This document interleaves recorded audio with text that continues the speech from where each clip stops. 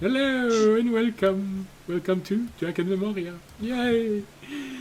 What is Dragon Memoria, you may ask? Well, it's Dungeons and Dragons, or more specifically, a group of people playing Dungeons and Dragons. So, if it's not something you want to watch, well, internet has a whole slew of things you can do, watch, learn,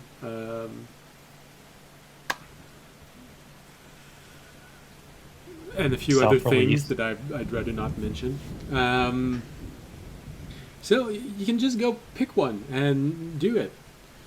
For everyone else, actually wants to be here because they like Dungeons and Dragons, they like us, they like watching us play Dungeons and Dragons. They don't know what to do, but this is good enough. No matter the reason, if so long as you're civil in the chat, you're welcome among us. If you're new, well, welcome. If you're not new, welcome back. What else? If you like the thunderstorm in the background, ambient mixer, sorry. You can make your own ambience. You can download them. You only have to pay when you download them, and they're 98% royalty free. Just be sure to always watch the fine print with every single noise that you add into them. A few of them actually belong to other people. Otherwise, world map, it's Wonder Draft, and battle map, it's Dungeon Alchemist. Publicity done. Alright. So let's quiet Don't worry about that, Roll. Let's quiet down the storm. So, what happened last episode? Oh yeah, very busy episode last episode. The party faced a machine called Prototype 815. Equipped with deadly weapons, the fight was hard. Strategy was needed, along with quick reaction and adaptability. Which means the result was a two-party member nearly died, one adventurer lost an arm. Battered and bruised, our adventurer survived the encounter. That's always good.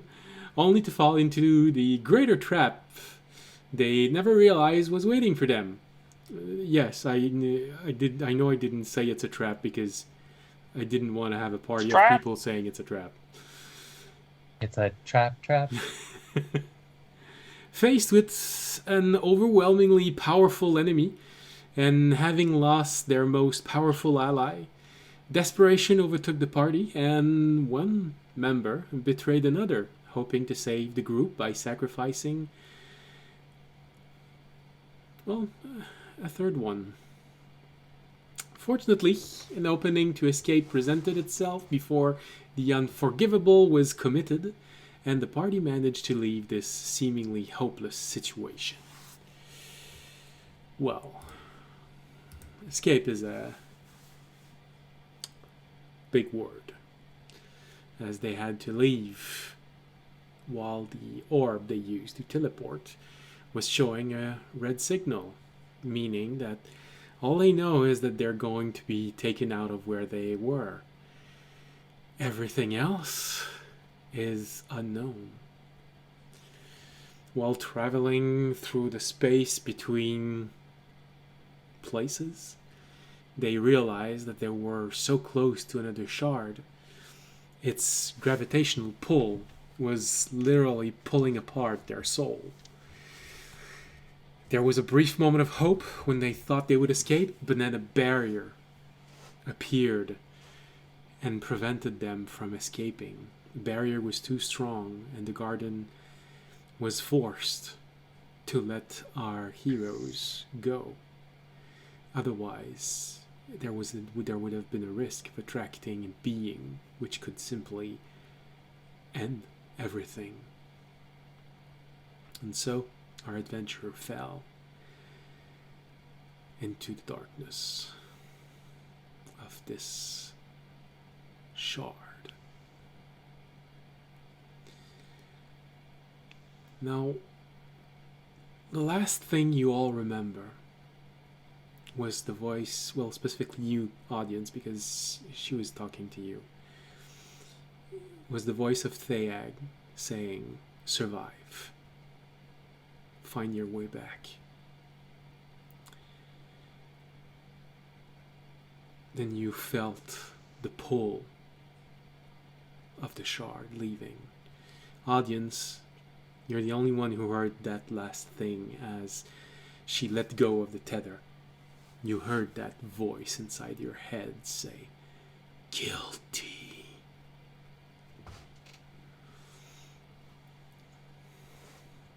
And you were all absorbed into that shard, that black shard.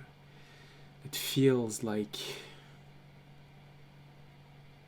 purgatory. A place where things do not live, do not die. They simply stagnate there.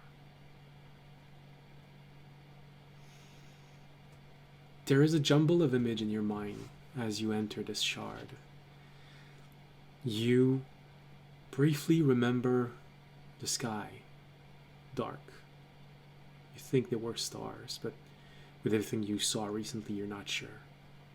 You remember falling from very far up, then hitting water.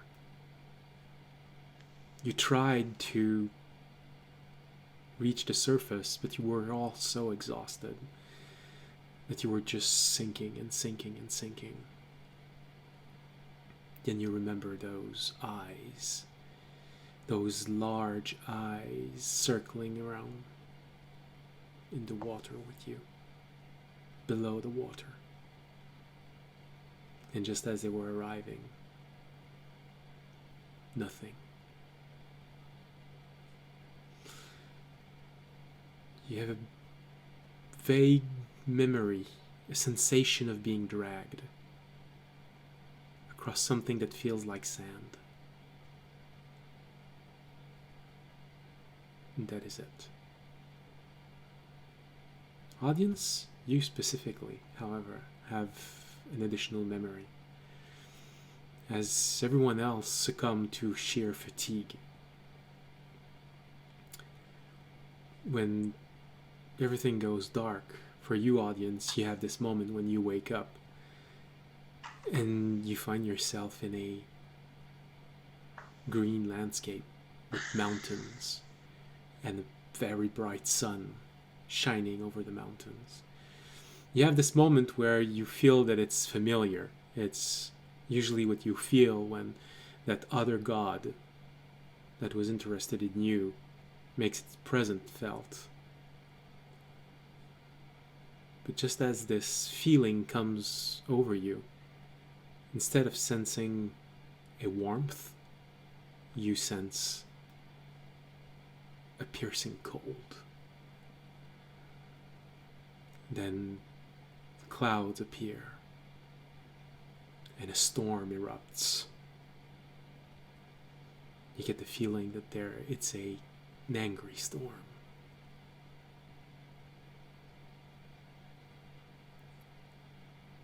Just as you have this feeling of what's happening, you hear that voice behind you. It's slightly familiar, as you recognize probably what Sachet believes is her father, going, "I knew you were just all show. Nothing real inside. Such a disappointment. At least she didn't see you."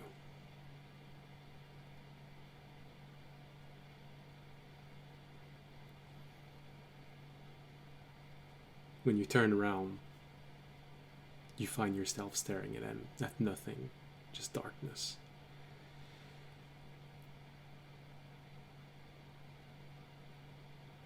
You try and focus in front of you, and this is when you realize that you're actually awake. The reason why you can't see anything is because it's dark outside.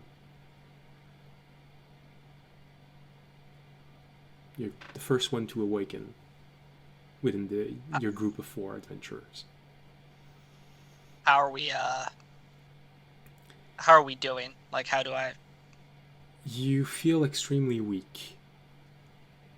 You have 5 points of exhaustion right now. All of 5 you points. have. Okay. Sorry about that. Nice. Get I was the listening on the exhaust. stream. I Okay. heard. I heard everything. Okay, 5. Where's my exhaustion? Here we go. I remember this. Wait, other Yeah. than where we woke up, I didn't catch that part. Which one? Where we woke up, like where we're fatigued. I got that. Yeah, you're completely exhausted. You're all as you all wake up. Audience is the first one, and like I said, audience, you're the first one. You look around. Well, you try. You have this moment of, oh, I am awake. As you try and figure out where you are, you turn your head and you have this. Oh man, it feels like a mountain sat on you several times Yeah. in a row. Basically, we cannot move, by the way, if anyone is wondering. Even breathing hurts a bit. Well, that's a problem for all of you except Fisher.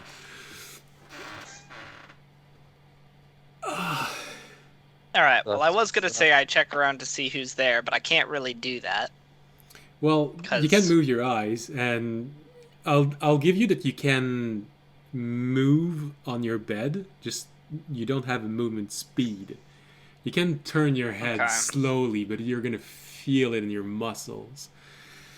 I would try and fumble for the only source of light I could think of at that moment, which would be my mace that had been at my side when I last remembered. I'm gonna grab for my arm, thinking that it's a dream.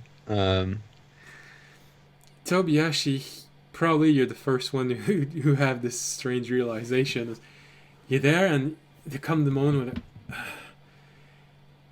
you're a bit scared because you've heard about this phantom limb syndrome, Mhm.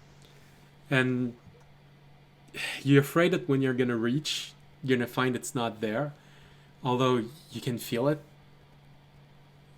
You move slightly and immediately it hurts everywhere. It's like when those monks decided to train you really hard throughout an entire week. You feel like at the end of the week where you were barely able to recover day after day after day. And you slowly reach out to your arm and it's there. I think to myself, it must have been a dream then. Where are we? Audience, you look around for your mace around you. This is when you realize that you are on a makeshift bed.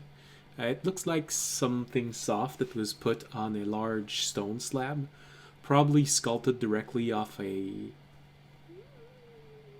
wall of a cavern. But you're resting on something semi-soft. You quickly realize it's just a pile of different torn up cloth arranged in a cot or a bedroll, although it would probably more be a bedroll made of several bedroll because they were all torn apart. Whomever put you there at least wanted you to be slightly comfortable, although it's not exactly the most successful try. You realize that your equipment is not there with you, but with your eyes looking around, you realize that everything is piled up in a corner of this place. What you probably think is the way out, sort of a door carved in, or maybe a wall improvised and a door carved in inside. The room is slightly spacious, maybe 15 feet by 15 feet wide. You see the body of Tobiyashi, Remy Fisher. You even see on a table Terry. I guess seeing all of that, I would just sit back since I don't feel the strength to go get my mace at the moment. or anything really to even move from my bed. But at least everyone seems to be alive from what I can tell. I guess I would try and speak through like cracked lips. Anybody else awake? So as you're all waking up, Tobiyashi, you probably hear your audience speaking very with this very strained voice. I think so.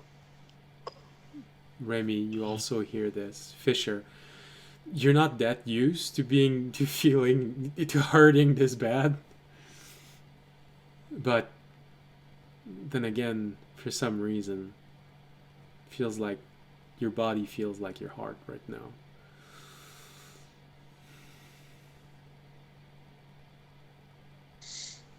Speaking of which, do I still have 2 hit points?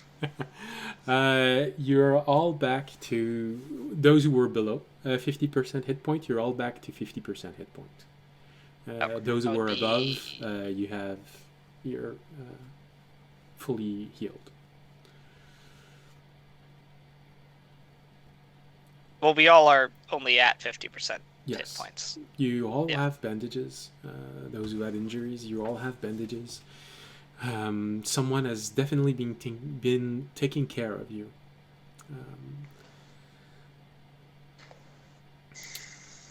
Everything feels... Raimi just opens his beak in audience's voice for the dragon. Yes.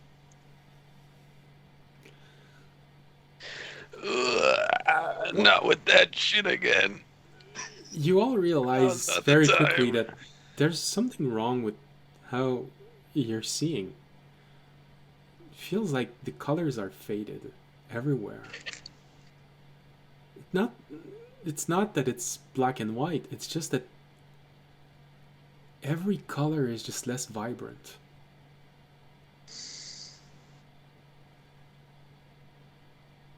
And the air smells stale. Can I see where Terry is?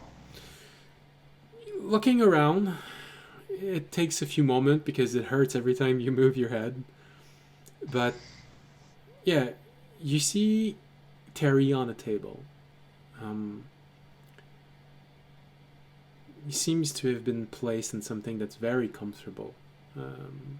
Larger pile of cloth. There are several what looks like bottles around him. You think that someone's been taking... It looks like someone's been taking care of him.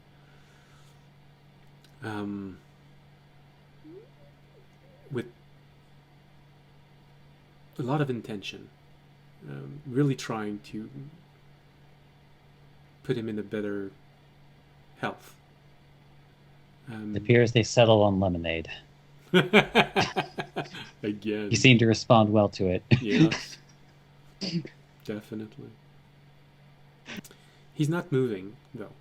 But judging with everything that was there and what you saw, you're pretty sure he's alive.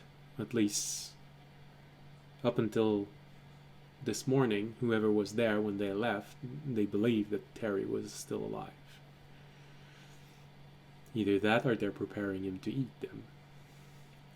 You can't be sure. It'll be a very sad meal.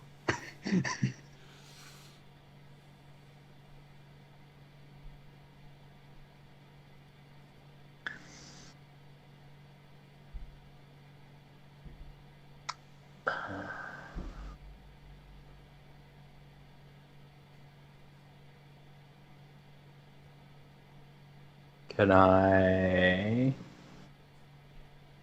What else is? What happens at exhaustion the whole time? I will minor illusion slowly, and try and ask him if he's okay. Every movement hurts, and even in this state right now, it feels like even your soul hurts when the energy comes into your hand and tries to manifest the illusion. You have this moment of, oh man, I didn't know that that was a muscle of some sort. Jeez Louise. The illusion comes. Terry, are you alright?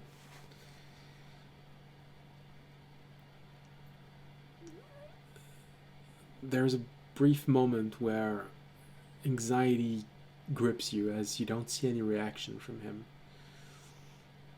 Because of his sight, you know that he sees 360 degrees.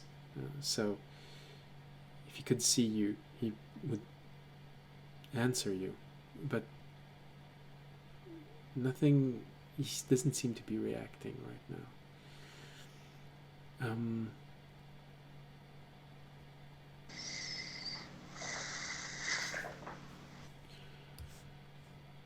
There is, however, did I take a note of this somewhere?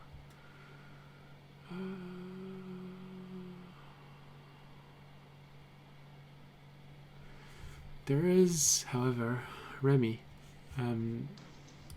when Fisher asks and doesn't get an answer, you, Remy, because of your high passive perception, you can smell the faint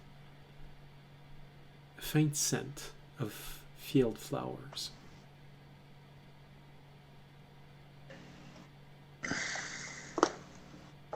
It's very faint.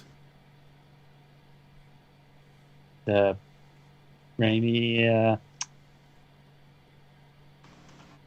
also boarding the struggle bus is going to like raise one of his arms and give a talon up. That hurts so much.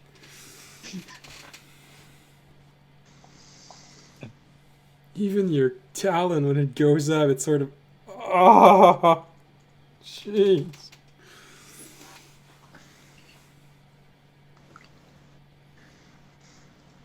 Fisher, you can see. Right, are you Remy giving the saying thumbs you're up. okay or Terry's okay? Raimi slowly extends a second talon. Ah.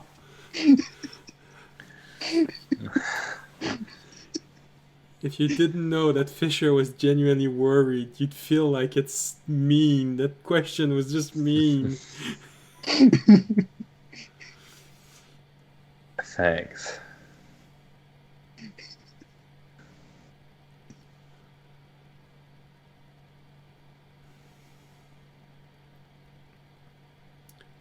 Then Raimi slowly turns his head because he needs to do a bit of bookkeeping. Does it appear that among their belongings is the handkerchief of murderous intent? Make a perception roll. See if you can actually see it from where you Well, we'll see how this works out with 5 levels of exhaustion.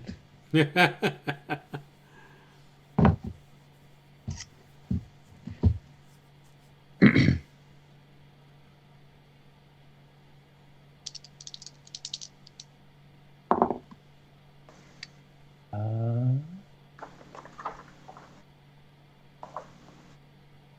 Probably not that one.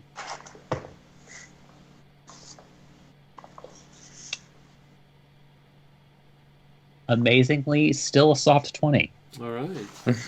The other die was a 15, so it's just like sad to lose that. Well, I know. So, you take a moment and looking around. It takes you a few moments, but your eyes catch the color that feels very out of contrast with everything else around you of the white cloth of the handkerchief of murderous intention. So hopefully the acorn is inside. It's still inside. There's also one other thing that you realize as you're looking around. You know, there is this moment where you feel like feel like audience is less shiny than usual. And then you realize his scales,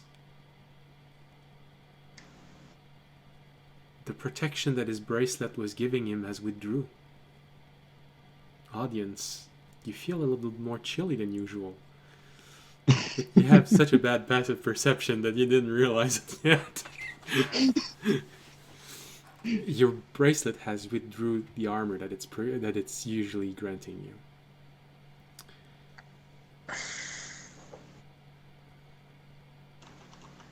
Oh my god, I'm going to check. I have to look down my arm. Do I still have my glove? Do I have my right glove? Because they're artifact, because they are linked to you. Yes, you're not sure how, but yes, it's there.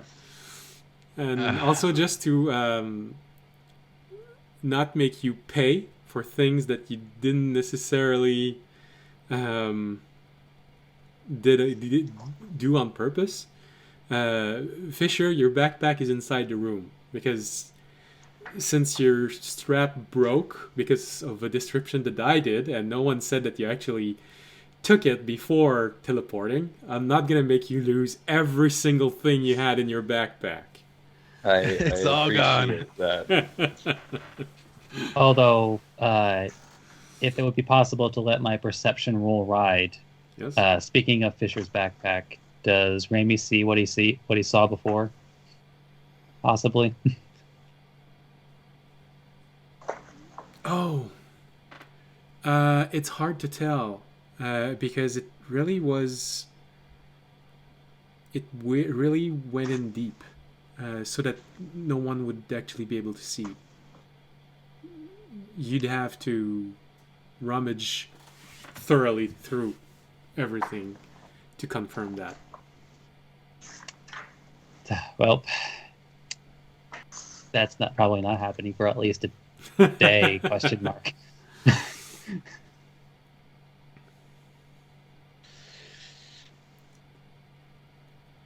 I'll keep that on the back burner and just be glad he's alive.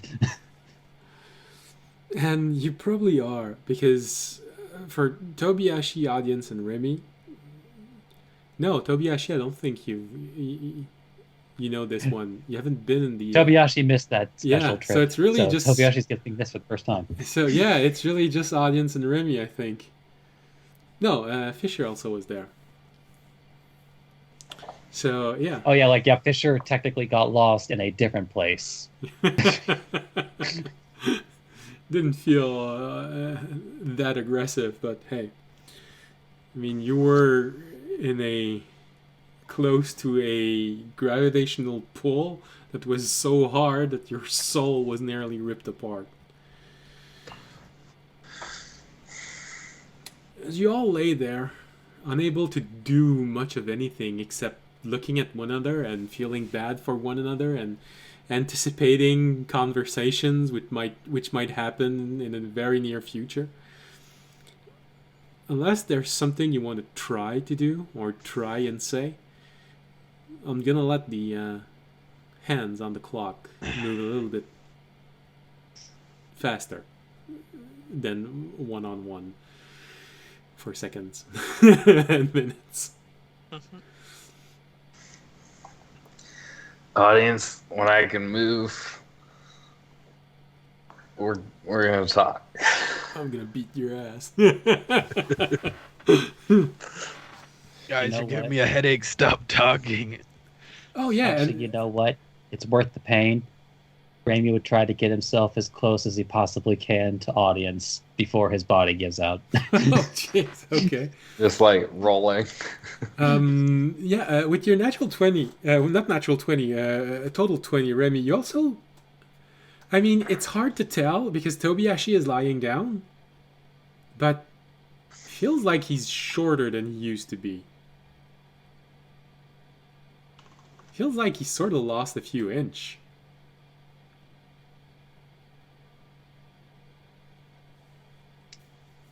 Giggity? I wasn't gonna go there. I was avoiding it. Okay. Speaking more seriously, he's going to be confused, but he's also too exhausted to investigate, All right, so even though his passive investigation is just as high. So to get close to audience, you'd have to get off of that makeshift bed that you have and try to walk toward audience. Or you can just shift yourself in your bed, trying to orient yourself in a way that would make you fall asleep while watching audience. I want to know which one of them you want to do.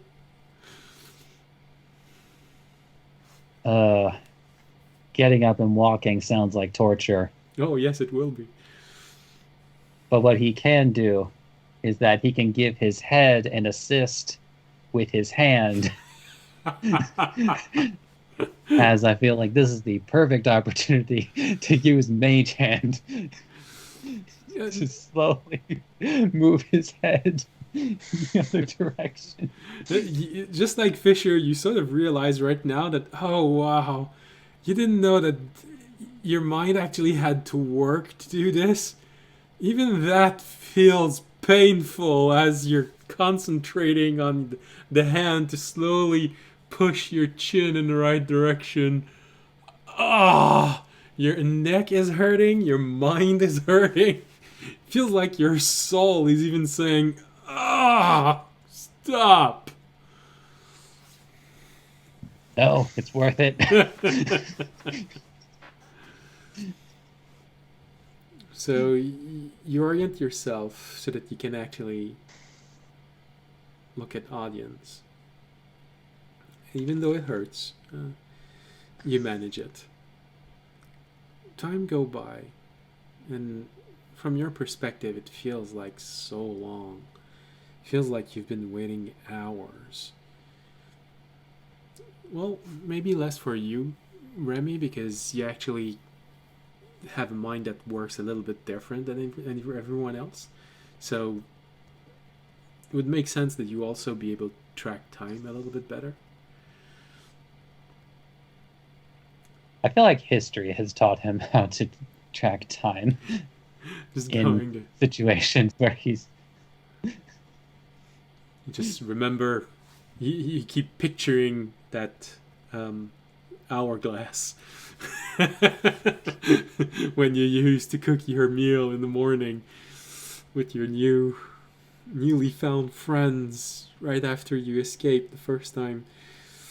And you saw for the first time an hourglass that didn't mean if you didn't manage to transcribe something before it went out, it would hurt. So, oh yeah, no, that's fun. That hourglass was fun because when it ended, you got to eat. So it's sort of really imprinted in your mind how long it takes also. And maybe he just keeps replaying it over and over in his mind, hoping that when the sand runs out in his mind, that something good will happen. You're going to get to eat. So you manage to keep track of time a little bit better than everyone else. So this is why you know that roughly after 45 minutes, for everyone else, it feels like 5 hours went by. But you hear someone arriving. This clumsy walking outside. You sort of recognize the footstep of someone walking bare feet on rock, just arriving, and you just hear this little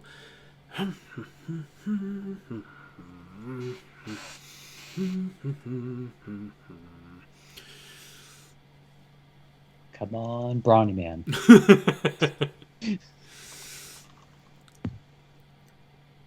After maybe another minute of hearing this humming, you see this figure entering.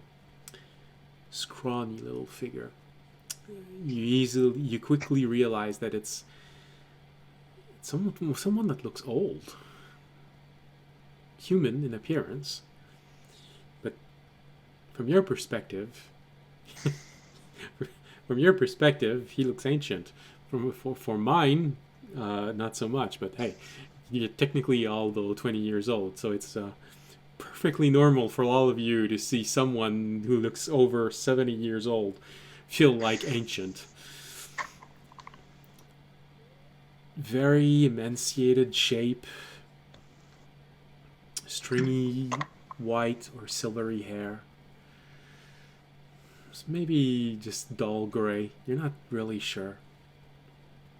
Seems to be wearing mostly rags, but he enters. Just and he looks toward where Terry is. You moved. Oh, that's a good thing. That's a good thing. Movement. That's really a good thing. Right. If you're moving, then maybe... And you see him turn around and look at all of you. Maybe they are moving. Maybe they just don't want me to know it. Well, let's see. There's always a way to find out. Let's see. And he starts walking toward...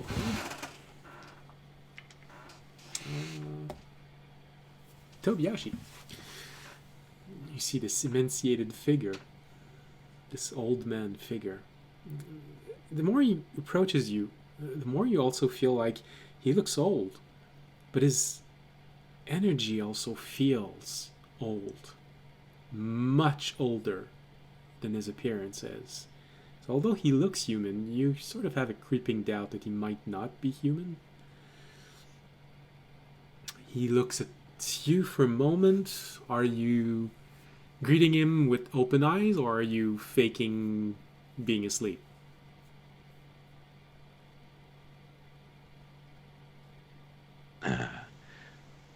I'm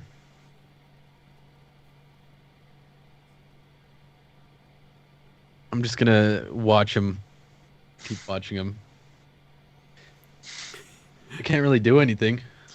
Well, I just want to know, are you making it obvious for him that you're awake, or are you trying to deceive him? Oh no, I don't care if he sees if I'm awake. Well, Okay. well, we've been laying here and he's been here, so why should I act like I'm asleep? No. Good, because he was going to kick you in the balls if you were awake. Actually, you're Yeah. not far off.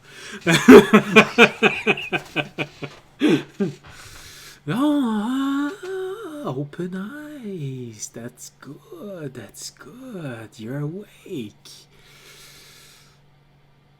How are you feeling? What do you think? Well, you look alive. That is an improvement from when I found you. And you seem to have regrown your arm. I don't know how that's possible, but hey, it happened, so it is. I guess so. Where the hell am I? Now that is an interesting question. Which a lot of people have been trying to answer for a while. But I feel like this would be a better conversation if everyone took part of it. And he looks around to all of you one after the other. I was going to say raise your hand if you can hear me, but that would be a bit of a insensitive thing to say. Just moan if you can hear me. All right, we have one there. Amy imitates Fisher's moan. Interesting. Two people with the same voice. The last one doesn't seem to be up. I can hear you. And you can even talk. Oh, that's good. All right. Well. Well, I'm glad to see you're all alive. I was a bit afraid that you wouldn't make it, honestly. You're quite heavy. I had to work very hard to pull you all the way to the shore from there to here. Especially that one over there, all made of metal and stone.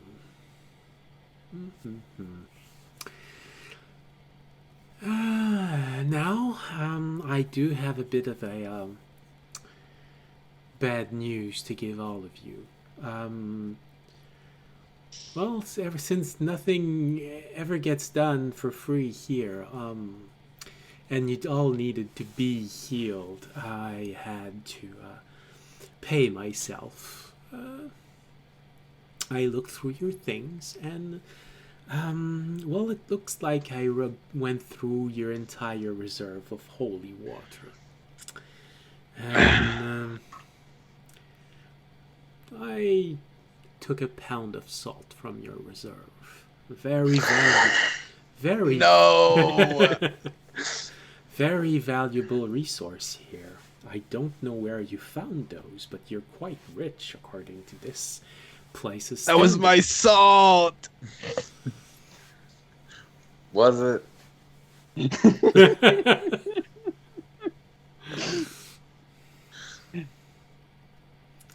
Now, I wouldn't spread around that you have so much salt on you. People will try to take advantage of you.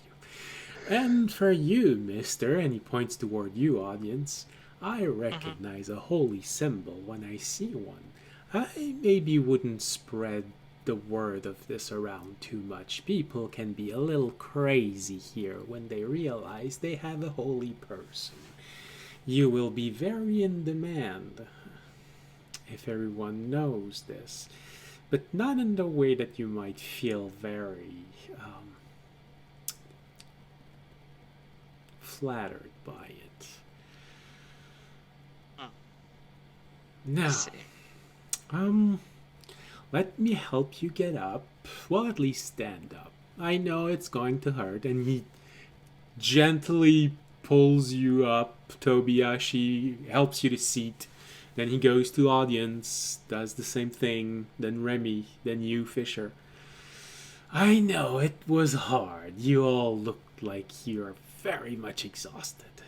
I don't know where you came from, but just like everyone else, you're trapped here. So, welcome among us. Well, it may be a good news, seeing as you all looked nearly dead when you arrived. But maybe it's a bad news if you had somewhere else to be, because I don't think you're gonna be there anytime soon.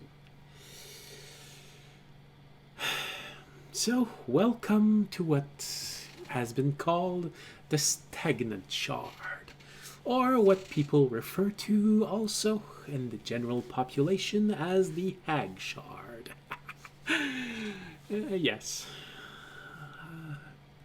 Several thousand years That makes ago. way too much sense. Sorry, continue. A few thousand years ago, a covenant of hags made this realm their home. And they've been spewing their words everywhere in the form of a mist. Well, we've been stuck with them, and now they are a very, very large covenant now, so I would advise that you try and stay clear of any of them if you ever encounter them, because they roam around.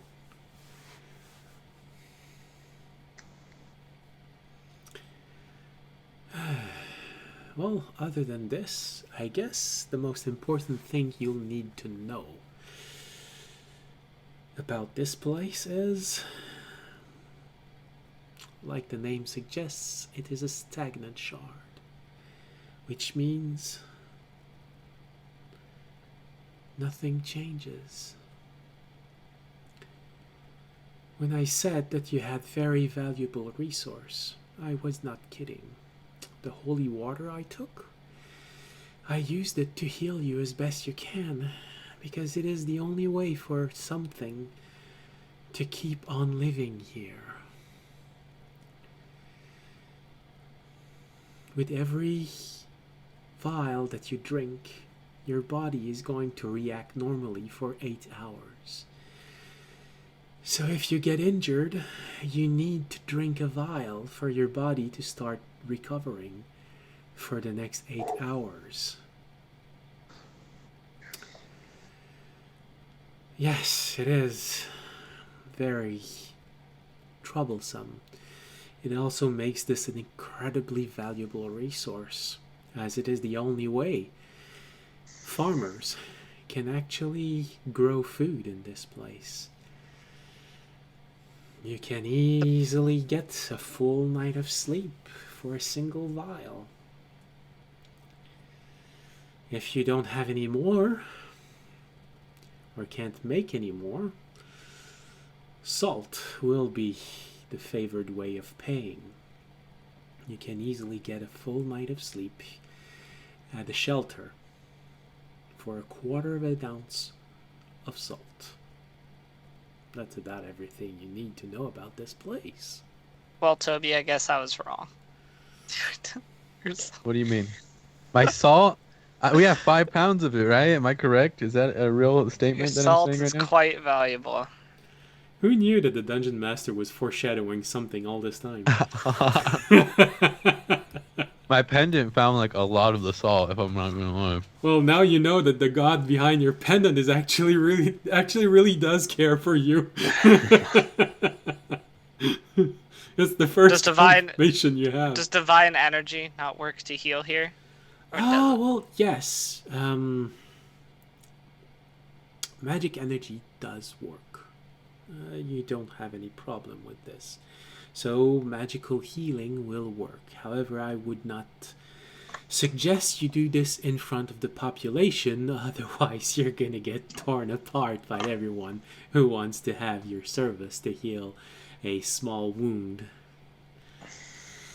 Because honestly, the only two ways someone has to heal in this place is through magic or holy water. So you can imagine everyone is very careful.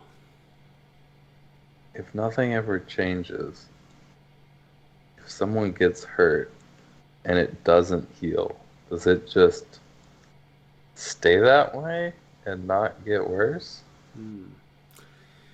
Well, it can get infected.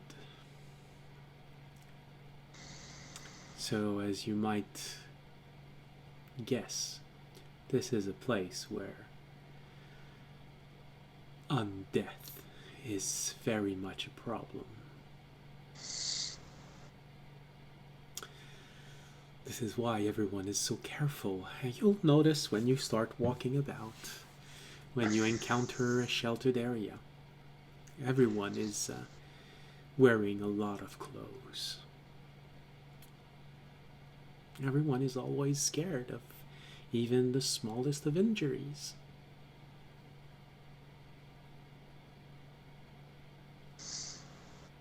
If everybody, We're in a world full of hemophiliacs, guys. if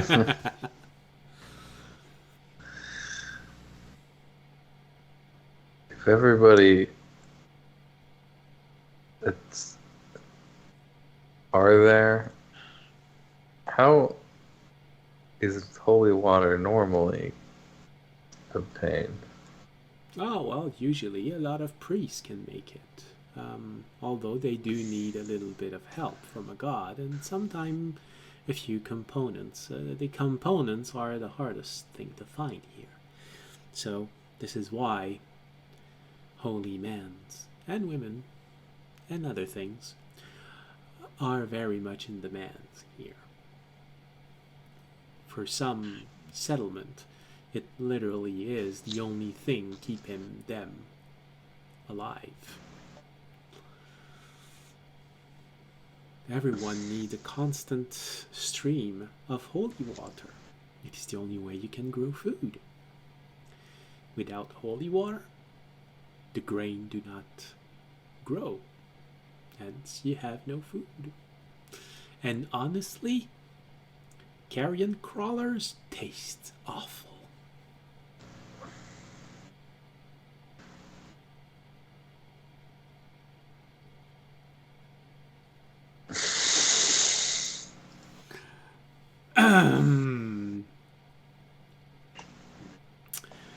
Okay.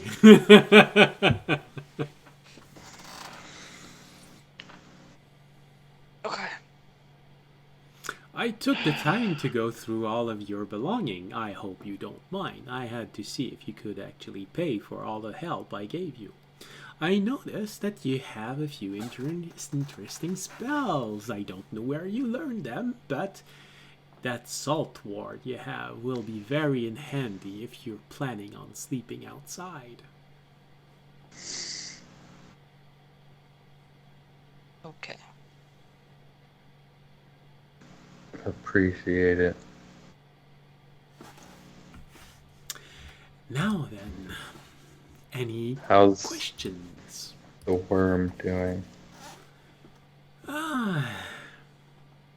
Well, it's a bit strange. I've never seen anything quite like it.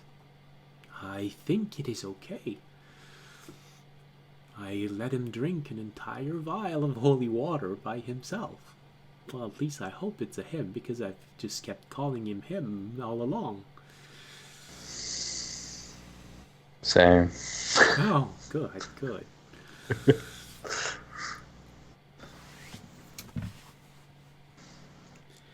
I think he is going to make a full recovery, although I can't guarantee it, as I have run out of holy water to give all of you.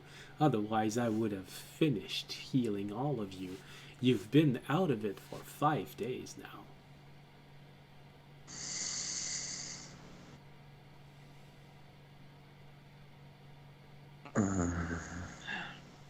So, thanks, I guess. Well, you're welcome, I guess. He looks at you for a moment, Fisher, when he says this.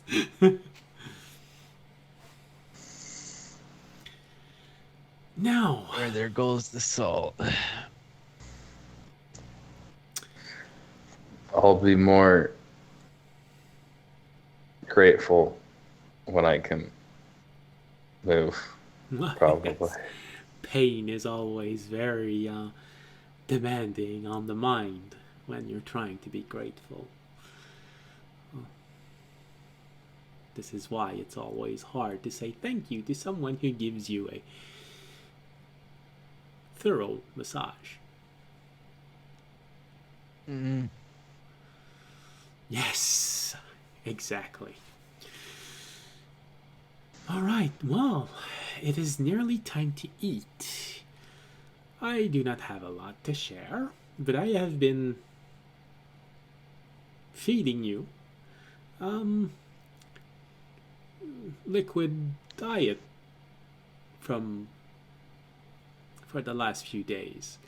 You probably still feel very weak from this, although what I've been giving you is very, very nutritious. It just tastes so bad. Maybe you'd like something different.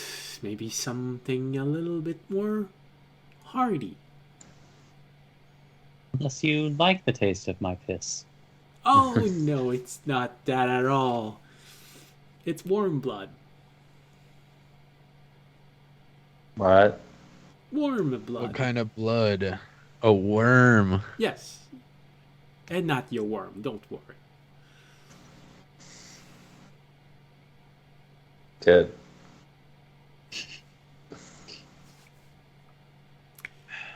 It's very nutritious. There is a worm outside, just under 5 feet long. Very docile, although easy to catch. Its blood is actually quite nutritious, and if you have nothing else, you can always eat this for a while. It will maintain you alive for maybe a few weeks before you start missing something very important in your body. But I don't need to consume nutrients, so Oh, well, no thanks. I hope you can digest whatever I poured inside of your mouth then. I'll let you know. Pterodactyl screaming. Just like system failure, system failure, Yeah. system failure. Speaking of, has there been any? Has Pterodactyl made his presence known at all yet? Oh, yeah. Okay. Just wonder.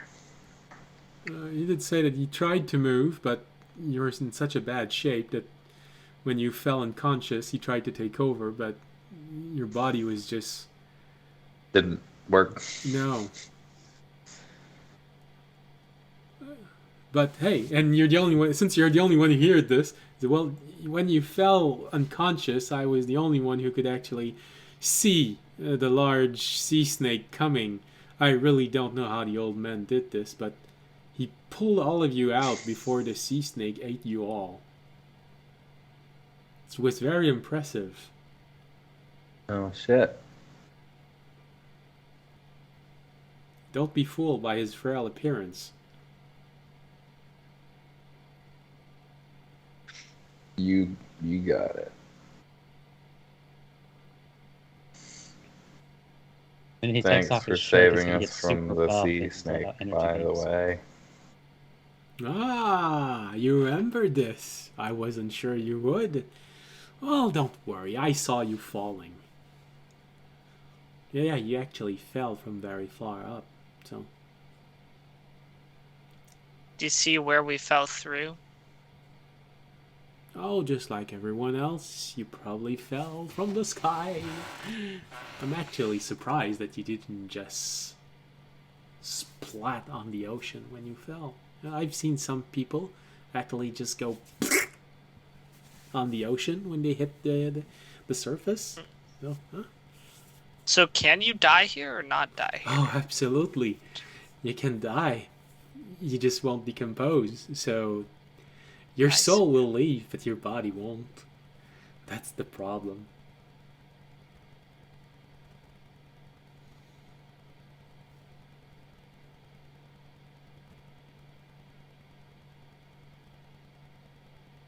And I'd say for holy people, that's also probably a very, very bad thing. So I would definitely would suggest not dying, especially for you, mister. Keep it in mind. Advice for the ages: don't die. Right then, dinner. Are you sure, mister, you do not want anything to eat? And he looks at you, Fisher, when he says this. I'm good. All right, well then. Whatever you need to do to recover your strength, I suggest you do this. For everyone else who actually needs to eat, just give me about half an hour and I will cook you my specialty. It's better if you don't know what it is. He goes in the corner of this place in front of a large cauldron and he starts pouring this disgusting water inside of it. Looks slightly grayish. There's definitely something mixed within it. You're not sure what it is. But he fills the cauldron with this water and starts putting things inside. After half an hour, he comes back to all of you, gives you a bowl of what looks like some sort of pottage. There are a few things floating inside. The smell is actually interesting, although you're not sure you'd call it appetizing, but with everything else around here, for some reason it feels nice. The simple fact that it smells something.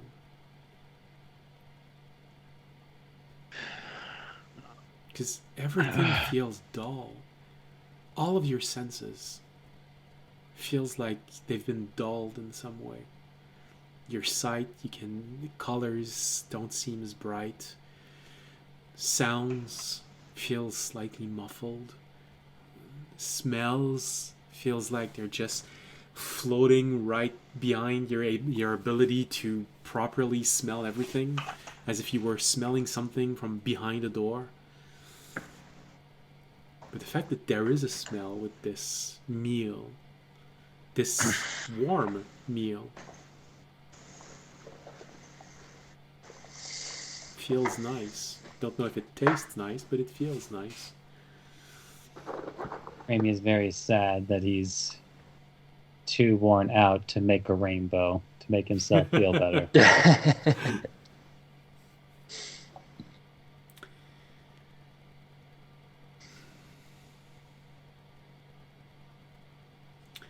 So, the night goes by and you eat your meal.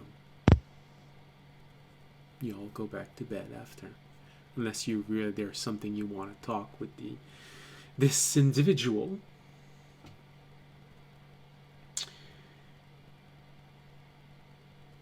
Or there's something else you'd like to do. Other than drool as you're trying to feed yourself. No.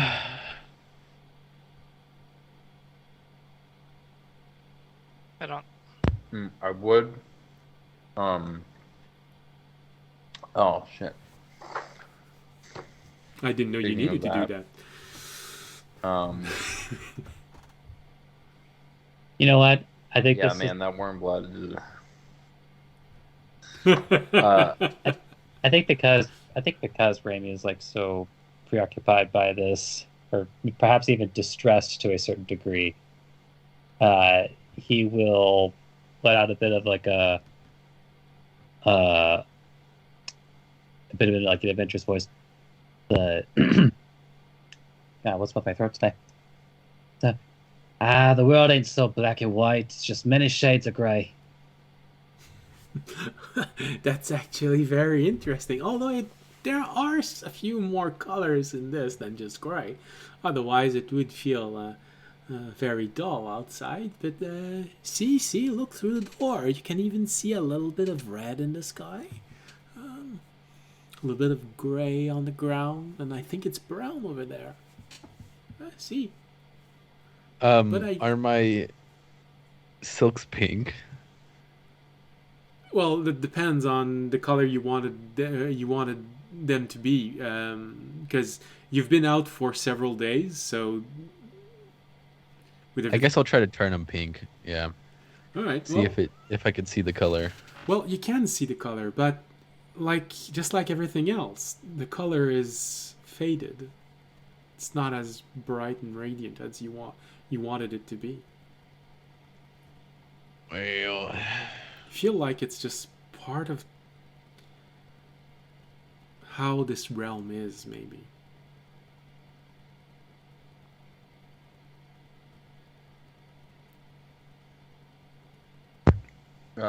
When I grabbed my backpack, could I have also grabbed his Terry's house?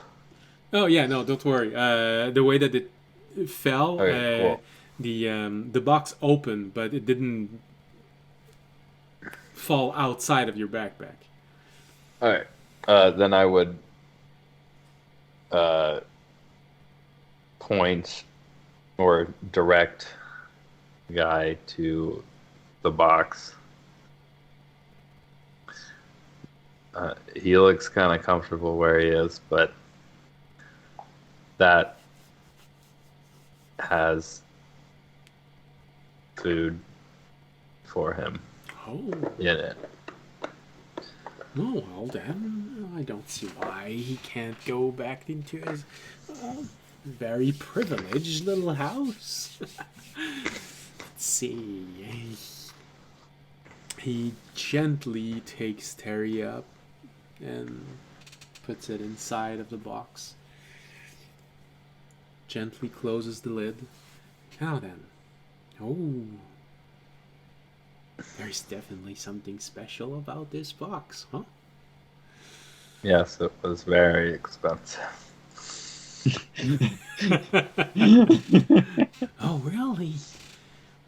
How much was it worth? Bags of salt.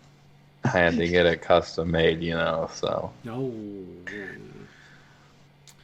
Well, apparently it is worth at least its weight in salt. So, yes. And you can just feel it. It seals itself. He's probably a whole lot more comfortable in there than in here. Hold on. How fascinating everything is with all of you. I haven't had this much excitement in years. Does the effect of the shard permeate into extra dimensional spaces? I don't know. I've never left this place. Maybe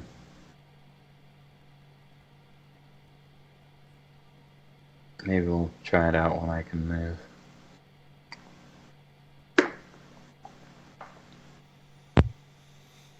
All right. Well, everyone, time to go to bed.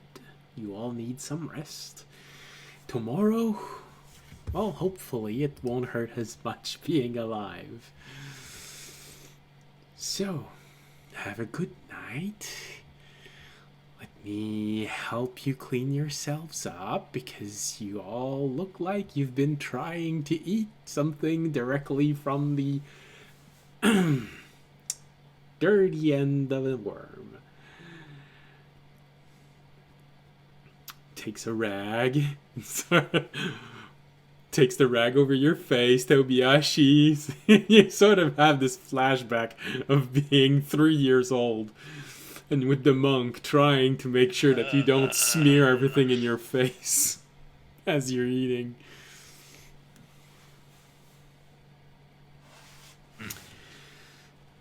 Then he goes for you, audience. You sort of have this, damn it, I was hoping I'd never have to live through that again. Unless it's a nice woman. Then Remy. Then he arrives at you, Fisher. Well, Fisher. No, he doesn't know your name yet. Well, you, mister. Well, I don't know. How would I go about cleaning out your insides? Do I just shove the rag inside your mouth, or are you going to take care of everything yourself?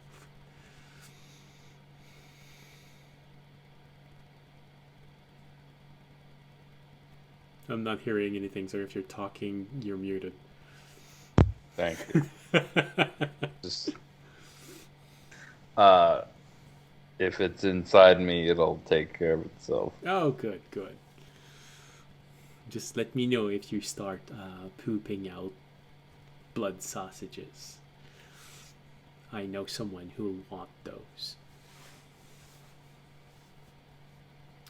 Cuts a Terranet. I am still drowning. He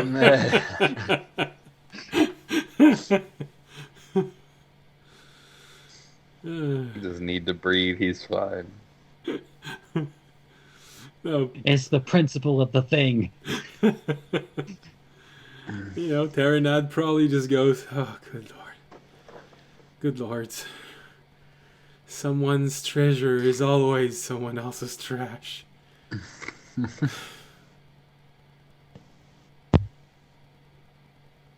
So, you all put to bed, and the night goes by.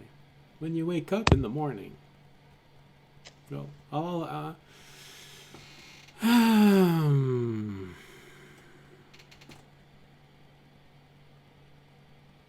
yeah, some food and some drink. All right.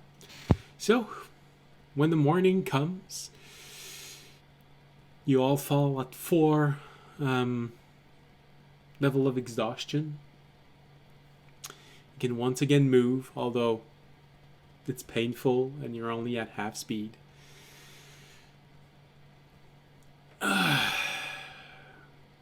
When you all wake up in the morning, it hurts less. But this is probably when you, audience, realize that you're no longer armored. The scales have receded, and they're not there anymore. They're not there this morning. I don't have my arm isn't covered in silver scales. No, the scales have completely receded inside of the bracelet, and the mouth of the bracelet is closed. I would see if I could remove the bracelet.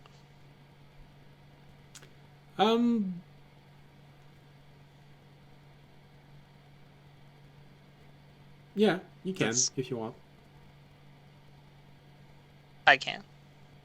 Before I couldn't, but it's sealed. Well, there is a reluctance. You sort of realize that it's sort of like a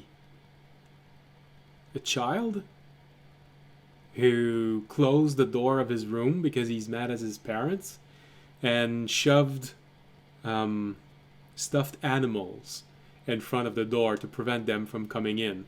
You can't come in by pushing the door, so you can remove the bracelet by pulling on it hard, but there is a resistance.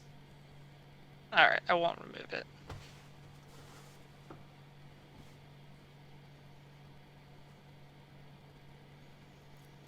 Knowing that Okay. your bracelet is alive, you probably can deduce that he's mad at you for something. That's fine. I know he knows how to get in touch with me through dreams, so when he's ready to talk about it, he can. Yeah, because that's always how it works with children. So, our moody teenagers. So, morning comes. You can finally move. It still hurts. Not just as much. It's just like a general soreness that you feel in your entire body. And you can all visually confirm that, yeah, Tobiashi does have his arm back. And he is a few inches shorter. In Why are you height. guys looking at me weird?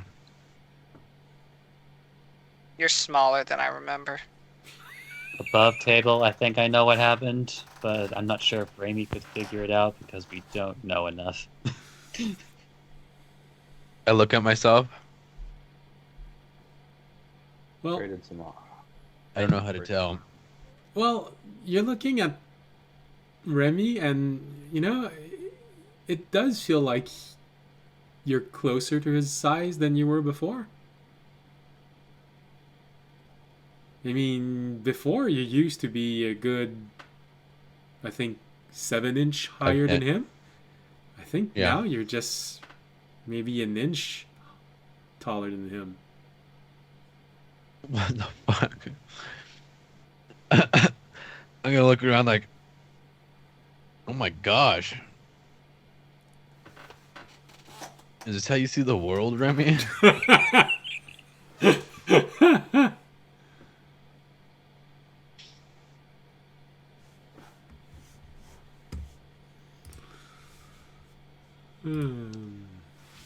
It's like Raimi just blinks. At least I Deciding got whether my it's arm worth back. it. Yeah, that's impressive. I don't know what happened. I thought it was gone forever. I am very hungry though. When his arm got chopped off, was his, assuming a bunch of blood poured out, Yes? was it still all easy? Yeah. And the audience, when you took his arm trying to safeguard it, it did feel like it was losing consistency, as if his bones suddenly weren't Yeah. solid anymore. The audience didn't end up holding his arm that long because he got told to drop it very fast.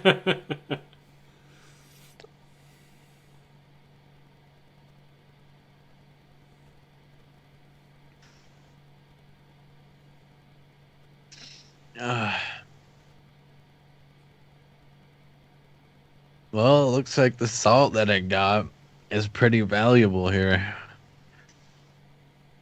Not, Yeah, I I didn't hope it get doesn't all of cost it. you an arm and a leg. It already has. I feel I for think- that one. You'd hear Terranad inside of you go. I think the bigger issue is that we are here and we don't know how to get out, nor do we know how time is passing in here. Well, that guy seemed to know you or something. Know me? Somebody here. Was You there a see- second guy, or am I just dreaming? There's just one dude. There's just been one guy. Thought he was talking about him pulling us out of the water in time or something like that. Mhm. That I mean, was Taranad. Never mind. Redacted. Never happened. No. We know we've been here 5 days. And we don't know how time passes in here. We also don't know how long we were in, because we've been here for 5 days. We don't know how long we were in the, I guess before we got here. How long we were just like floating in the orb time between worlds.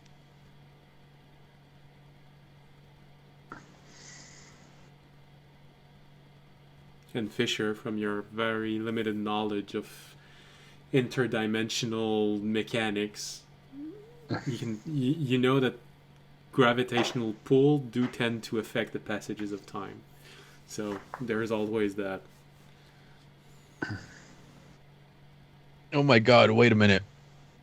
And strong. If we were close to a strong one, that means time passed slower for us. Right? That's how physics works? Yes. I'm gonna look around. Is my ball anywhere around here? Well, yeah, now that you can look around this room, the man isn't there when you wake up, so you're free to rummage around. You find all of your equipment that's there, with the exception of all your holy water and 1 pound of salt. Everything's there. Although nothing is where it should be. You probably have a moment where you're, hey, that's mine, and you put it back inside your backpack. You feel like he just poured everything on the ground, went through everything, and then tried his best to put everything back in the right backpack. So there's probably a little bit of time where you have to. Oh, by the way, did you leave the flasks or did you take those two? No, he just took the water, the liquid inside. You have the flasks. Good to know. Just needed to do that extra bit of bookkeeping in case. Okay. Because it seems like I have to make some at some point. Remy, were you able to grab Warnek before we, or is he still stuck up in the tower?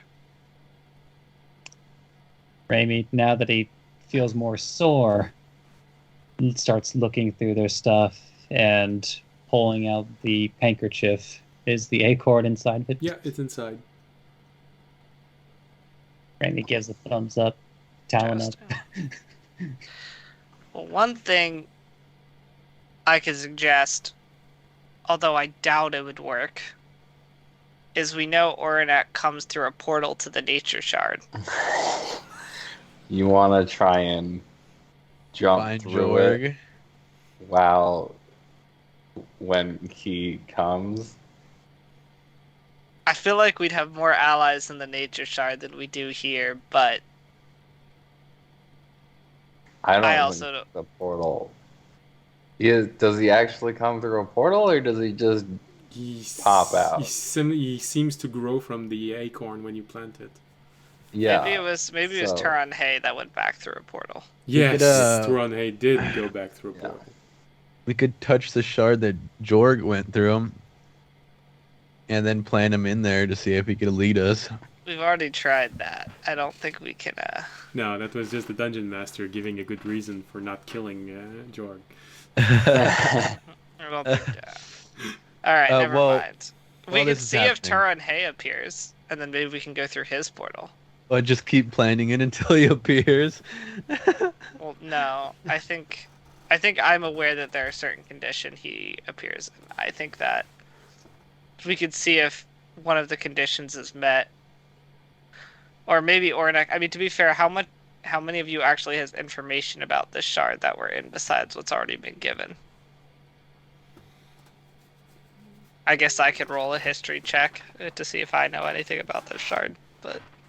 While this is going on, Yeah. I grab my mask and my ball. I will do one of those. I know absolutely nothing about this shard. It was not in any of the books taught to me. Okay. Oh, fuck.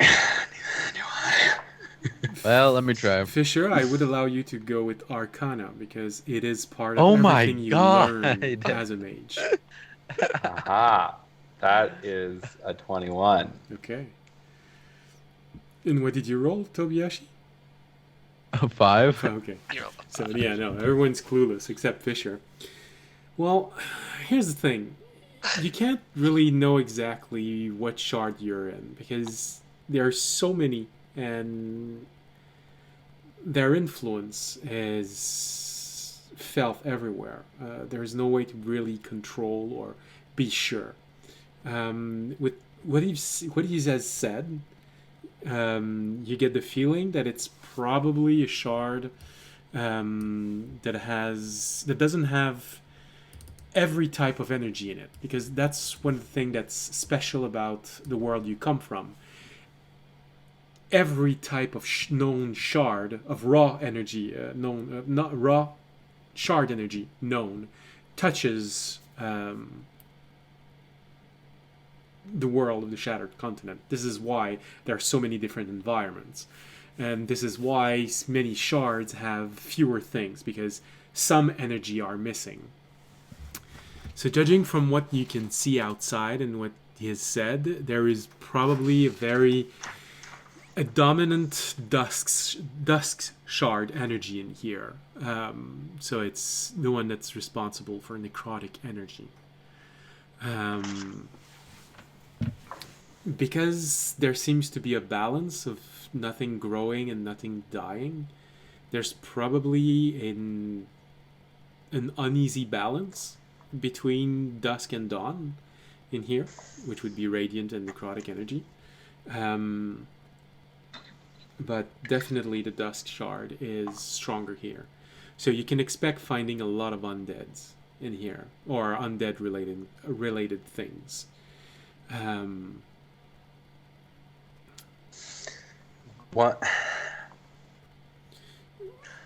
One thing Sam brought up yesterday, if the Dusk Shard is stronger Yes. here, with how I understand this kind of stuff, if we were to, because we are aware of one very large portal to, would it be to the Dusk Shard or the undead shard of the one in the bottom of the spire? Because of the energy that seems to permeate the island chain where you are, and I think Remy has, or at least Zachary has deduced elements, because he said, "Oh, that makes sense." You could probably deduce that this shard is probably what connects with the realm you just left.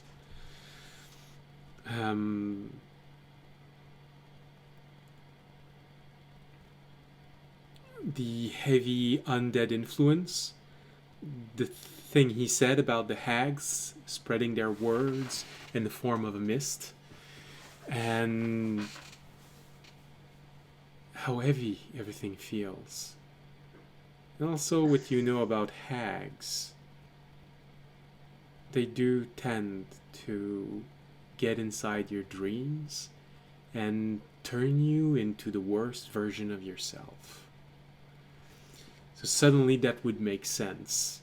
That everyone I'm really in hoping there, it's not a particular hag. yes. By the way. Yes, it's a very particular type of hags. Well, fuck you too.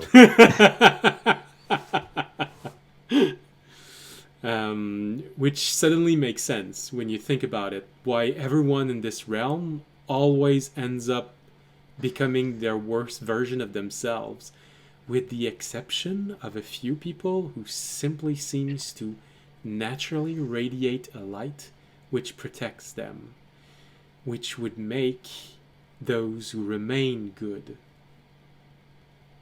in that prison island chain where you were all that much more special.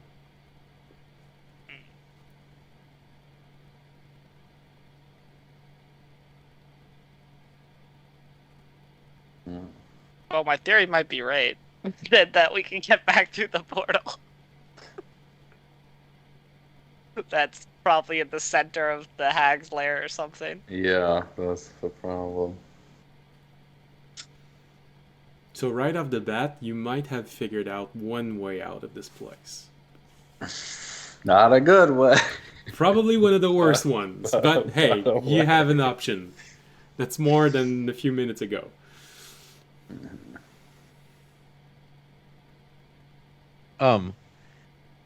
I'd like to find my mask in my ball. Put on my mask and try to activate it. Does it work? Yeah. Oh, by the Okay. way, the minuses you had to a wisdom saving throw are not there anymore. Okay. All right. You all went back to normal. All right. Back I- to Time my for the normal new minus saves one. that lower our con. No. I'm gonna talk to Give my him ball. I'm like, ideas, dude. I talk to my ball. I'm like, "Are you okay? Is everything good?" You put your mask on, you wait for it to completely load up. Yeah. You see the little insignia moving on the you have this moment waiting, and then all right, so are you there? And you see on your mask is the translation of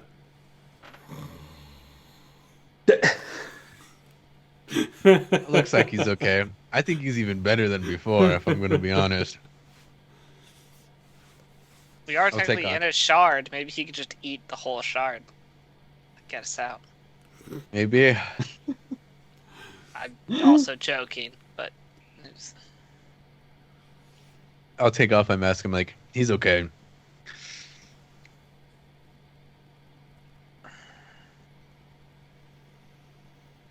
all right. Well, Did he take my last charge of holy water inside my knife? he took every bit of holy water you all had. He really went through everything you owned. well, he Okay. He Don't saved worry. your except my life. dimensional space. Yeah. Because I don't think he could get into that. No. Don't worry, guys. The bomb is safe. The most important thing. No, Actually, like move. during this particular, while Fisher was thinking, Raimi is going to activate his lantern and start looking through like a Fisher's bag, specifically the one that gives him advantage on, say, investigation checks, Yeah, absolutely. in order to counteract the disadvantage of being exhausted. Exhausting. What are you looking for, Remy? Hopefully he finds it.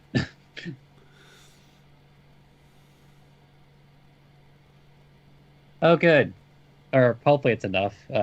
22? 22, all right.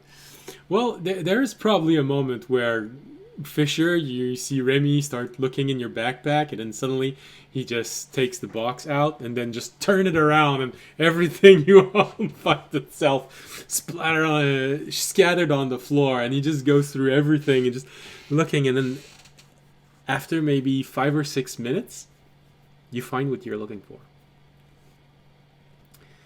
This little Raimi, shard, so small, maybe 3/4 of an inch large. It nearly looks like a crystal splinter, a blue crystal splinter, emitting a very, very, very faint light.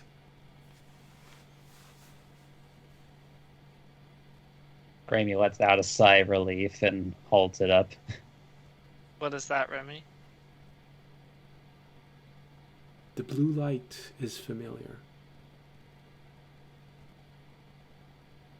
It looks like Krill's light.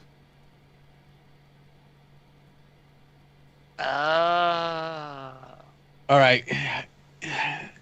Eat it, Fisher. No, Oh, but speaking of I looking need at more lights, other sentient beings. speaking of looking at lights, even though I know it won't work, I might as well check my orb.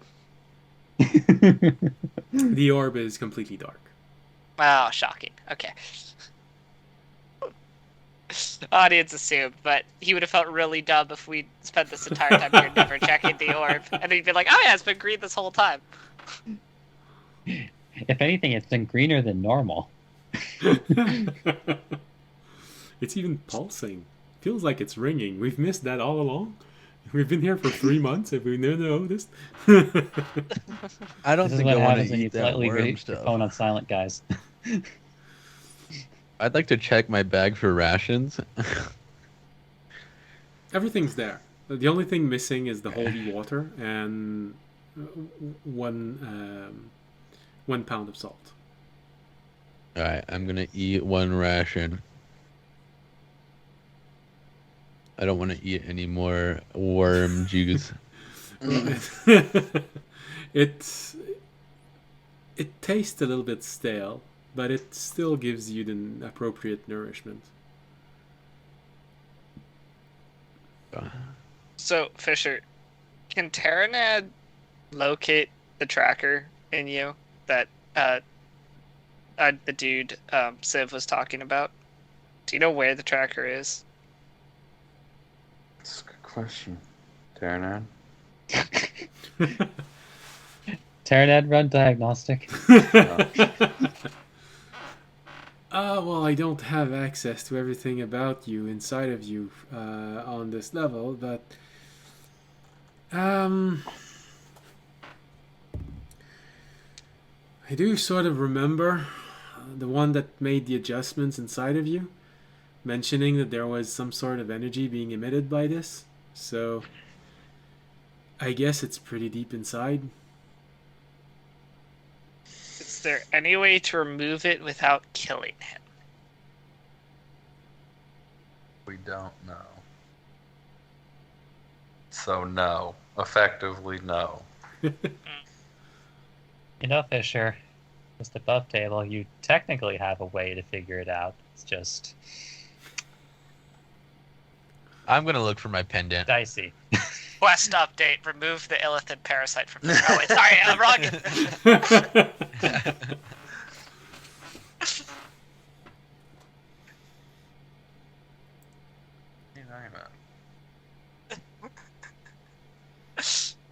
Tobiashi, the pendant is Stick the lever on my on you right now. chest. Okay. You what? No, I'm just spitballing ideas. No. You never know, but hey. Hopefully We you get could- really, hopefully you get really good at saves over the next few Well, days. I just my Well, give only me one thing more is and then I won't have disadvantage, or if- 2 more if- and then I won't have disadvantage anymore. if we end up getting to a place where we can get back out into the spire, we should probably figure out how to remove the tracker before we go back to the spire. We're going back to the spire. Well, that's potentially one of the ways out. Since this place feeds into, like, the hags are what are creating the mist for in the world of the spire, and we know there's a portal at the bottom of the spire that most likely leads Well, here. it was obviously Terry that was tracking. No, Why would it not be? He knew exactly that it was in your bag. No, he didn't. He was like, I have no idea what that is. Also, he literally said. Well, then how did you get it out of your bag in the first me, place? Oh, Like, Yeah. in me. I'll cut you some slack because he lost your arm. Terry was in you though. Terry was not in him. Terry was No, in his he wasn't. box. No, I'm saying like he was before he came out of you. Oh, That's well, not... All right, Toby, for you're on the a wrong little- track. Maybe you have amount of some time. residue still inside of you. Some Terry residue. Anyways, we need to look for this tracker. Well, if it's I deep did- within Fisher, I don't think any of us. Are you like a super engineer, Toby? Because I don't personally know enough about constructs to just open Fisher up and start digging inside of him and taking stuff out. And What so, would that be? and so this is how Tobiyashi started a third class artificer. Oh, shit, you're right. I shouldn't have said anything. Shit, does he even have the intelligence for that? In this No, I don't. world, shards are effectively planes, right? That's the Yeah. So what happens is how the exiled presented the whole thing is that there is the light of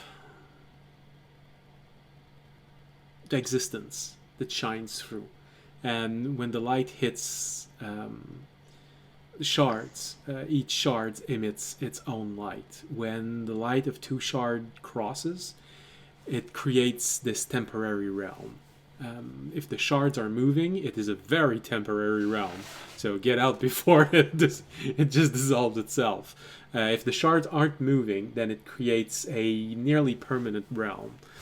When this realm is formed, the energy that it sends has mixed energy in it, and so if it mixes with another realm, another beam of energy, it will create a realm that is more complex. So as far as you might deduce on what this place is it is a focal point where several type of energy converge. If this place exists ever since the prison island existed, it means it's been here for several thousand years, so it's most likely a very permanent place. And that energy pours into the realm the realm of the Shattered Continent. So it's probably one of the energy that feeds inside of this realm, allowing it to exist as it is. Okay. That wasn't why I asked the question, Okay. but it is helpful. Why I asked the question is not to split the party, but Simply to divide If them so I- that they are at different places. whip one of us. Do they go home? Well, that's a difficult one,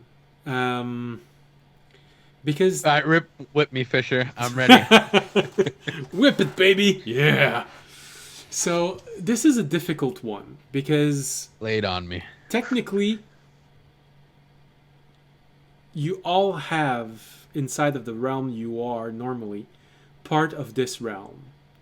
So whipping you might not push you back in the Shattered Continent.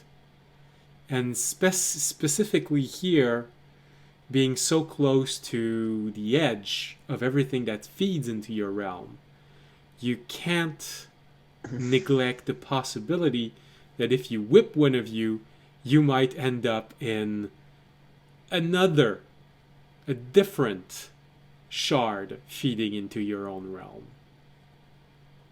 Who wants to go to Alright. the fire shard, guys? I think you should Yeah. whip each one of us, and then we should We all have won't solo know. quests to find We to won't come know until we try to it, get guys. We all just go to different realms that feed into our Although, shards. in fairness, at least the fire shard, assuming that we don't die first, at least we know somebody there. Yeah, we know one cat.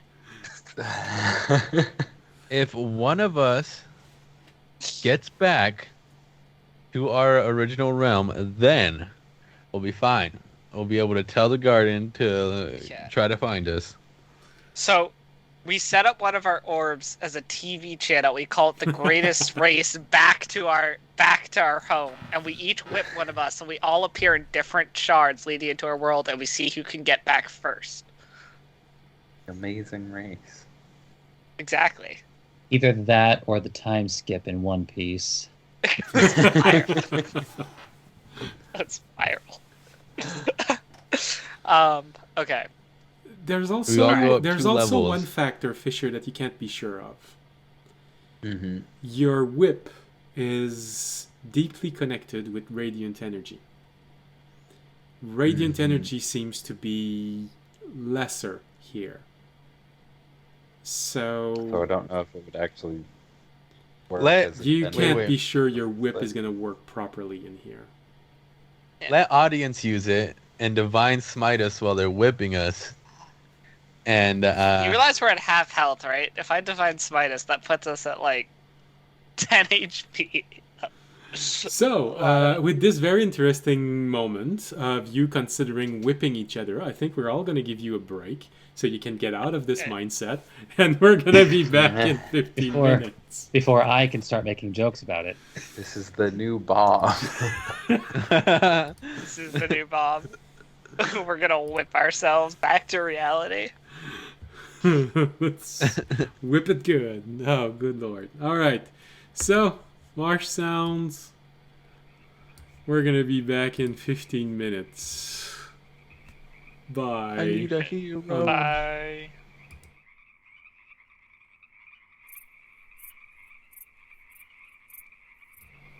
Hello, and we're back. Well, at least two of us are back.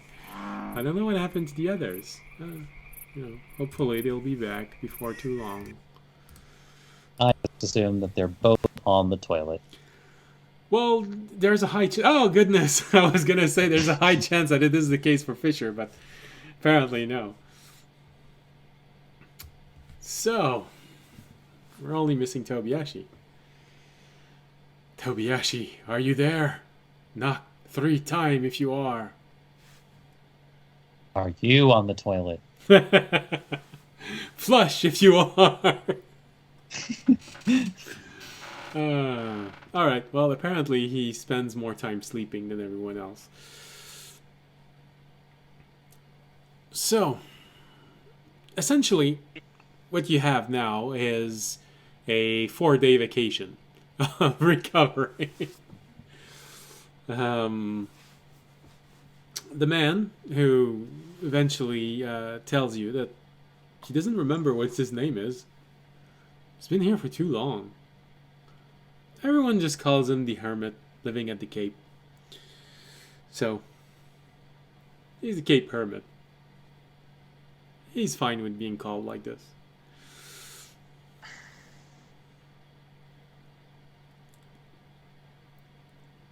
Every morning, Sometimes he likes to call himself Hermes. or Kermit? Sorry. Kermit with a C. Hermit the Hermit here. So, every morning when you wake up, he's always absent. Sorry, I had to take my Hey! sleeping meds. Ah. So we were close. We were close. We surmised that you were in the bathroom. Oh no. All right. So, what I was saying to everyone was essentially now you have a 4-day vacation in front of you. If you want to wait until you're fully recovered and you have all of your hit points and your mobility and all of your checks, you have 4 days to you. I assume we do want to do that.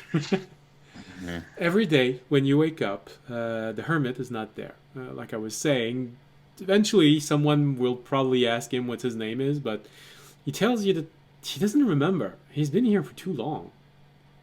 And everyone just calls him the hermit living at the end of the Cape. So, Cape Hermit, that's good. That's why I was joking with Kermit, but I don't want to get sued, so please don't.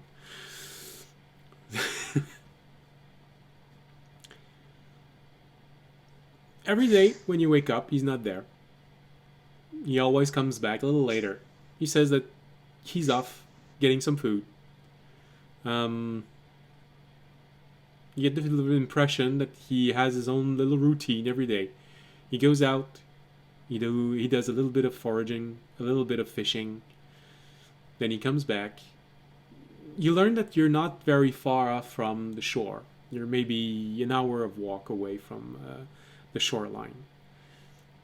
If you listen carefully, you can even hear, which sounds like an ocean, the wave of an ocean. when you go out, you see that everything supports the fact that this place is dead, but not dying anymore. You see few dead trees everywhere. Just these little grove of dead trees.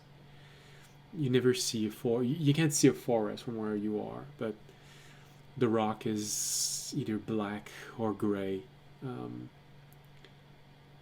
The ground, it's either always rocky or barren. You do see a few skeletons, not full people skeletons, but you see skeletons of dead animal.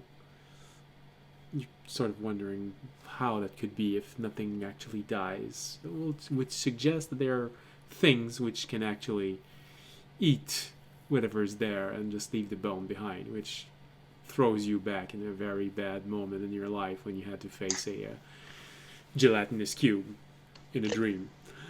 But maybe there's something similar to that roaming around here. Not sure. He always comes back around noon, starts preparing a meal. Sorry. It's okay. Starts preparing a meal and talks to you a little bit. You get the feeling that he doesn't get a whole lot of visitors. He's very interested in everything you have to say about the realm you come from. And he listens to any stories that you have to tell. Then he goes back to his business, always preparing different things, different small potions, preparing his things to go foraging in the next morning, and gives you a last meal for the day and goes to bed. And that's, unless you disrupt it voluntarily, that's his routine every day. Okay. So the only thing that's left to figure out is, what do you do for the next 4 days? Checking on Terry. Well, Play Dragon Chess with the audience. well, interesting thing for you, Fisher, is that you notice that Terry is improving, and you easily deduce that this is due to the fact that when you close the lid of the box, he actually finds himself in a other realm. So the laws of physics of this world does not apply to his world when the lid is closed. So he actually does recover slowly. Good.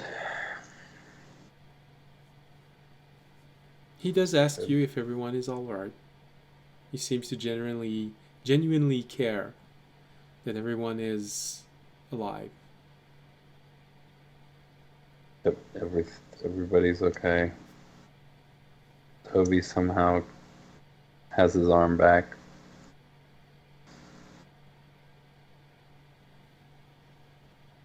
He just says, good. I was worried that you all might die.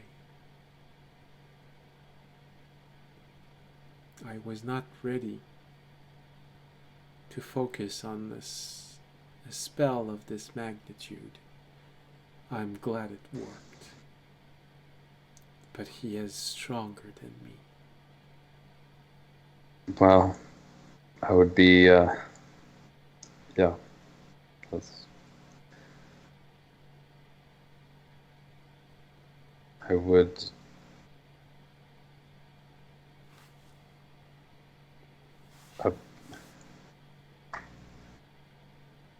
I will. I'm very proud of you for being able to buy us that time.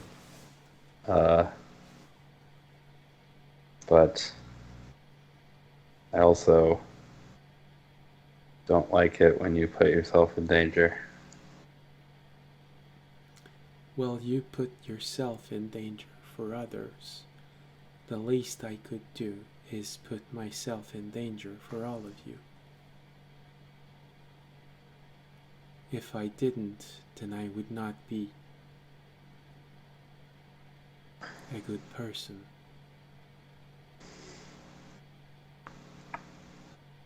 I would not live up to your example.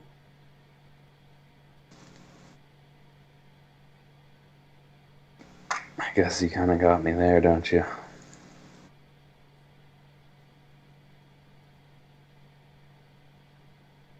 Why don't we... Have you been... You said you weren't sure that spell was ready. Have you been practicing? Of course. Would you like to practice with me? I can. I've been practicing to make barriers.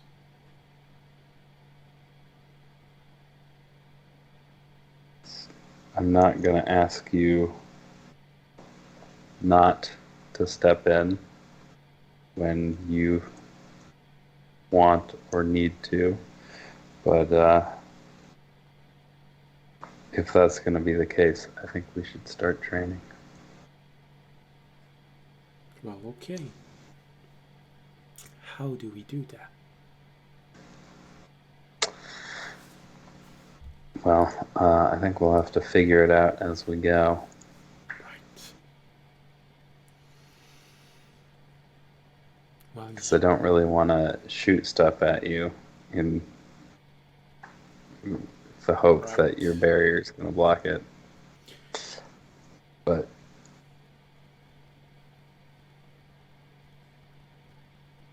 we'll figure something out. But for now, I'd say let's hold off on that until we can find a way out of this place. or at least that you are fully healed. I can see that your body is not at its full strength yet. I'm getting there. Sorry.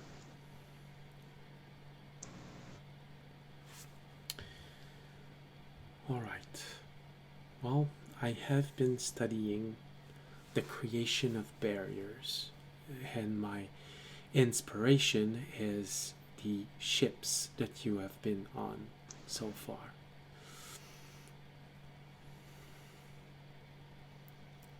They use a energy source to create a barrier that pushes outward, and it can absorb a vast amount of energy. I could feel how they work. So I've been trying to do the same thing, although I did not expect the backlash on me psychically. I guess the barriers goes through the same thing. It's just they're not organic. Mm-hmm.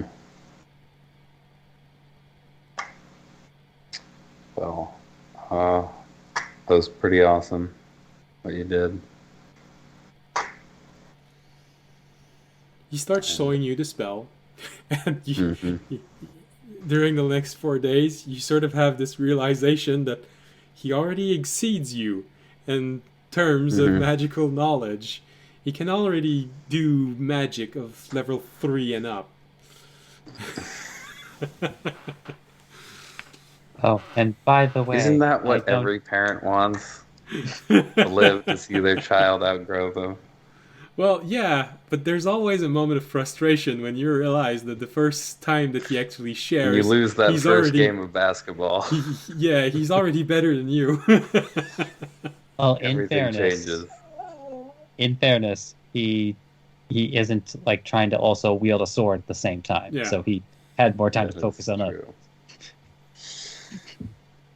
it. And then Unless he wants to start picking up after confirming that Terry is okay, and that you're actually not a bad parent. Yeah. You've been teaching him Not- good values. You're an absent father, Yeah. but you teach him Yeah. good values when you're there. Part of me wants the Terry to good be dad. like, He's a good dad, but he's at work all the time. Yeah.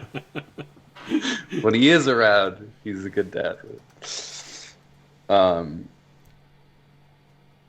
then I would at some point, hey audience, can we talk? Yeah.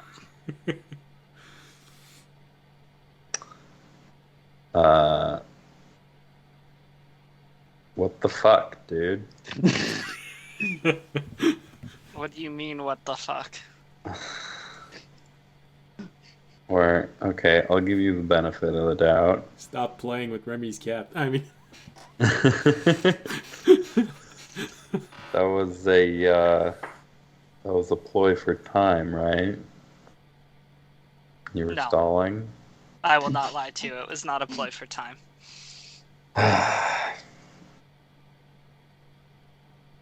Fisher, we were in a situation where Civ, who defeated our entire party in under like 15 seconds, was so scared of the person in front of us that he literally, rather than raising his hand in combat, tried to get Krill to get out before, instead of even trying combat against the thing. We had no chance to win.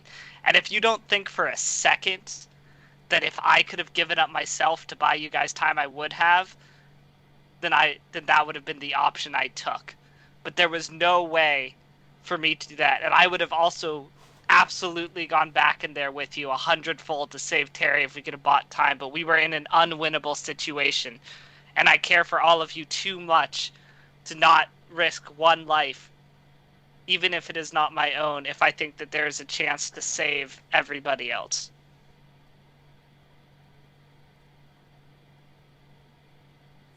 His life isn't yours to risk. Feel free to risk your own.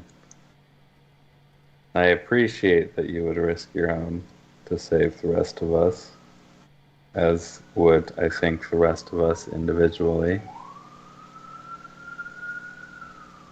But I know it might not seem that way from my actions. But that Terry is family. I know that, Fisher. I know he's family. I know he's family to you. It hurt me to betray your trust, to do that. I think of you as a good friend, but I didn't care in that moment if you hated me, if everybody hated me. All I could think of was how do I get us out where the most of us survive. Sometimes you have to make a hard call, even if it means hate or death, and in a situation that's unwinnable. That's what my father taught me. How does your God feel about that decision? He would understand if it's a last resort. And as I've said, I would have risked my life first before any of yours. But the wizard didn't want me. There was only one thing that I felt could have bought time in that situation. The fact that you would, what you would do doesn't matter. I don't care about what you would do. I care about what you did do. I'll apologize to Terry, because in that case but I'm not going to apologize for what I think was the correct course of action to save the most of us and give us a chance to survive. There's more at stake than just the lives of our party. Think about who we are there to protect. Think about the fact that by now that we are stuck here with no sense of time, we have no ability to help your other family members who the wizard threatened. We have no ability to help Sachet or anyone else on the island who the wizard may know about. We don't know what's happening back in our world, in the garden, in any of it with the hunter cult. We don't even know how long we're going to be stuck here for. If you asked me if I would do it again, if I could have found us for all of us to portal out safely and then came back and saved Terry, absolutely, without hesitation.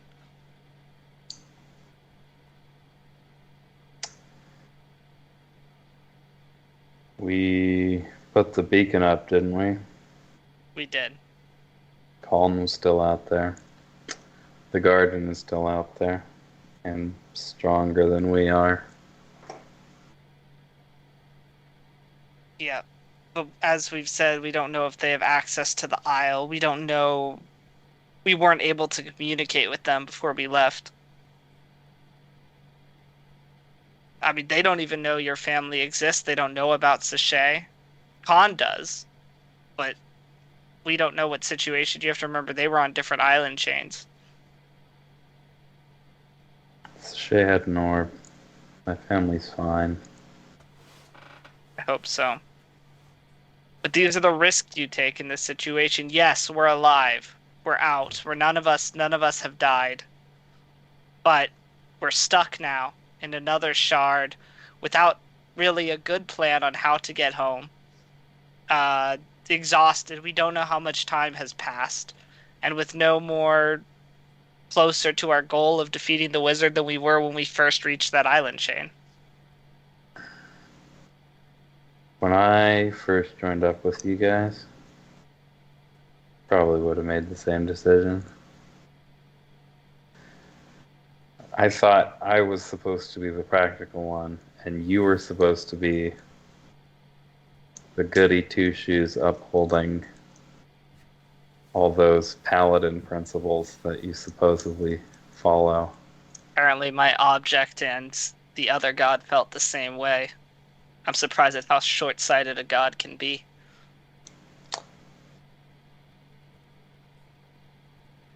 Well, aren't gods the epitome of ideals? Well, that is true. Not exactly flexible.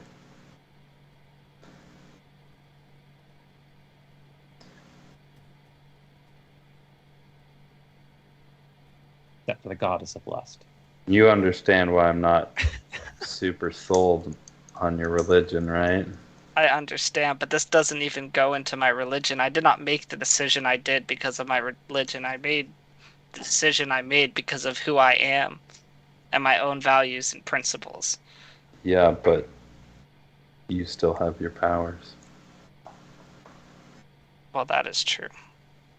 So, whether or not why you made it, it was agreed with. And one person making that call is one thing, but big ol' organized military that likes to make those calls is how you get tyrants.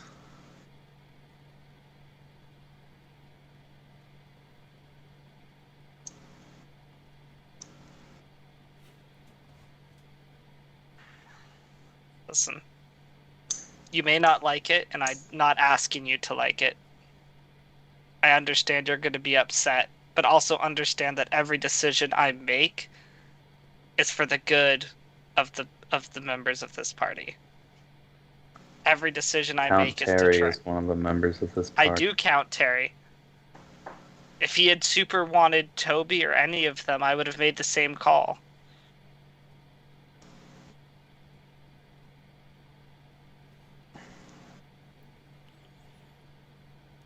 I wouldn't. I understand.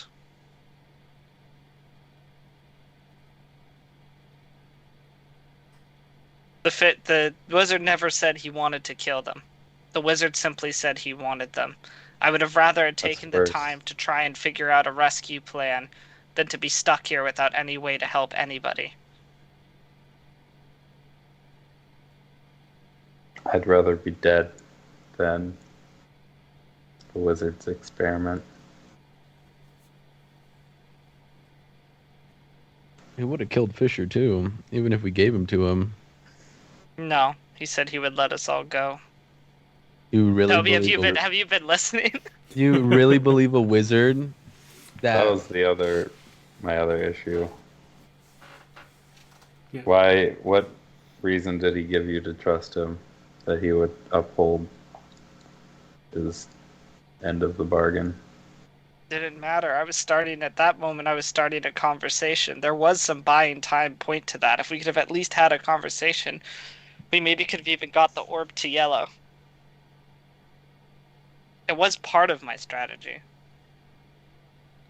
He said he would talk with one willing to give up his ideals. Obviously, he was in a position where he was willing to barter.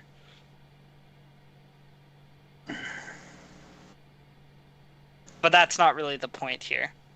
That's coming past. That's...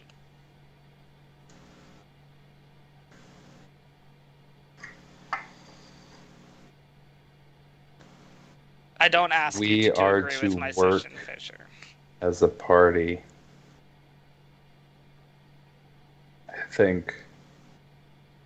I think it's safe to say that any of us would probably make that sacrifice for anybody else. But that needs to be their decision to make. Nobody else gets to make that decision for them in the moment. But what if it can't be their decision? What if there's a situation where there's, I mean, I'm just going to be honest, Terry can't talk. But what if there's a situation where even one of us who can is like trapped behind or in somewhere where they can't communicate for themselves, where they can't even make that decision? Who's going to make that call? Who's going to be the one who says that? Or are we all just going to die while they try and sacrifice themselves for nothing? Well, then that's a conversation we can have now, and that they can make that decision now.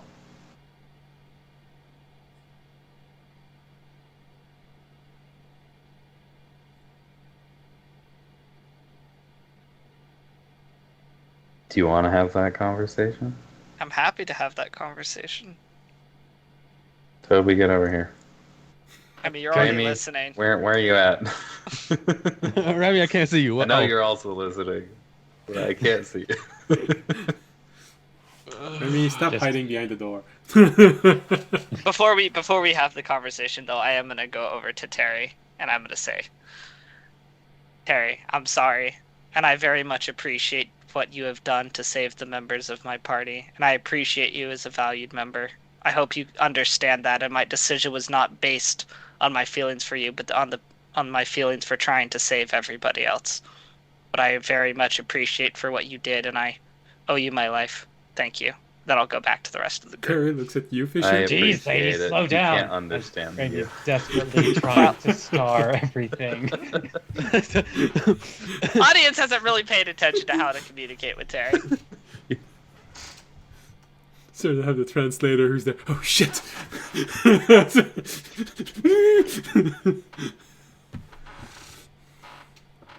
Accidentally does the star for donut. Wait, shit. Wait, what? You wanted me to give him donuts?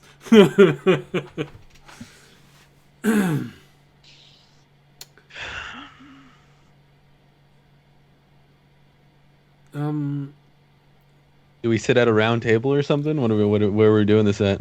Well, it's probably a square table because your host is used to living alone, so he really doesn't care about round, triangle, square.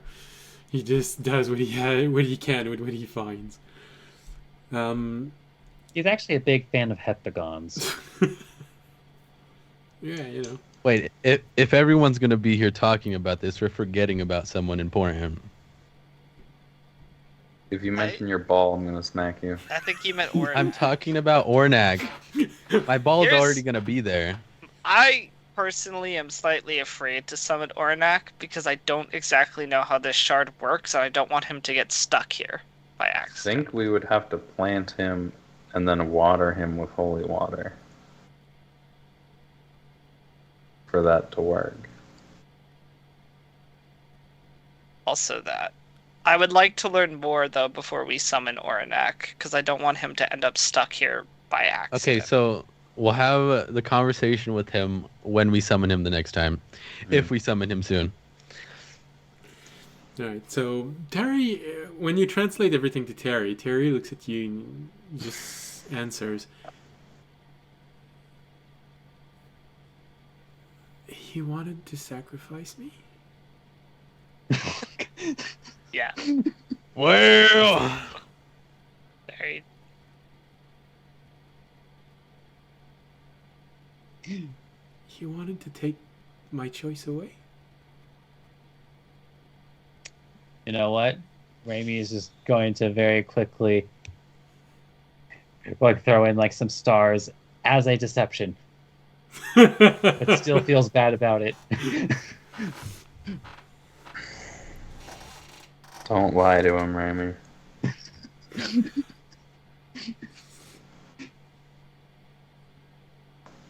Well, he does feel bad about it. That's not a lie. Yeah, but Which part it was a lie? wasn't as a deception. Oh, no. That is a lie. Yeah, Remy, don't lie to him.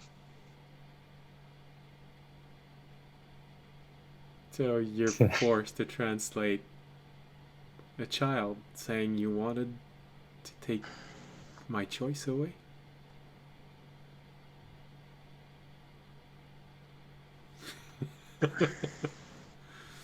Which I'm just sitting there not knowing what's going on. Like, probably for Remy hits you a different way because Raimi actually has to sit down with that one.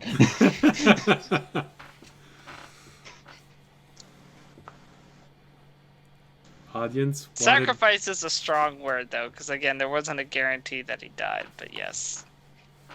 audience wanted to. That's incredibly naive of you, audience. Well, Also, in what world does sacrifice only mean death? no, it's fine. That sacrifice is a fine word. I can't even read what Remy's saying, so. Well, yeah, Remy seems to be processing something right now. But I don't even actually say that. I never even say that, because I would have no idea what Remy was saying. Remy is sort of realizing that audience was about to do to Terry what was done to him indirectly. So he needs a moment to process this. I would step in and go, he was, and that's what I'm talking to him about. Did I do something wrong? No. You were awesome. That wasn't his choice to make. So why did he?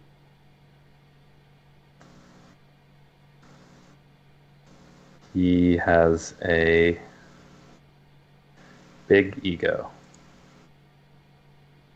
He likes to think that we're more important than we are, and everything's going to fall apart if we're not there to fix it. Well, I'm not around all the time, and you fix things, so why does he think he needs to be there all the time?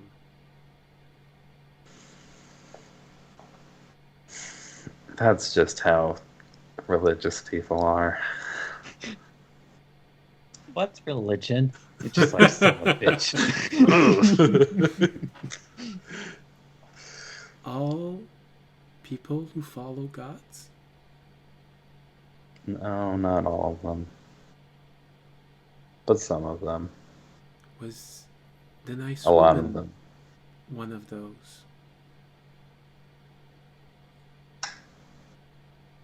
I don't think so. Well, that's good. If anything, I think she was too far in the other direction. But you won't try and make that. Nobody will try and make that decision for you again. Unless it's me and I'm saying, no, you can't do that. Right. Which I would.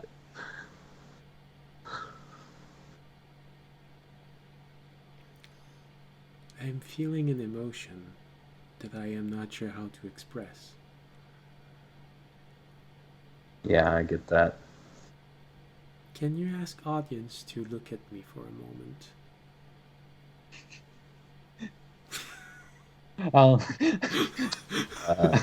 Audience, look at him.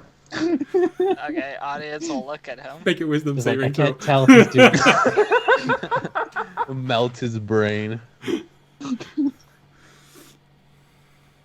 Okay, that is Is this the part where we found out a that 10. that Terry is part? Beetlejuice. Uh, The camera goes behind Terry, and you have this moment when he looks at the audience.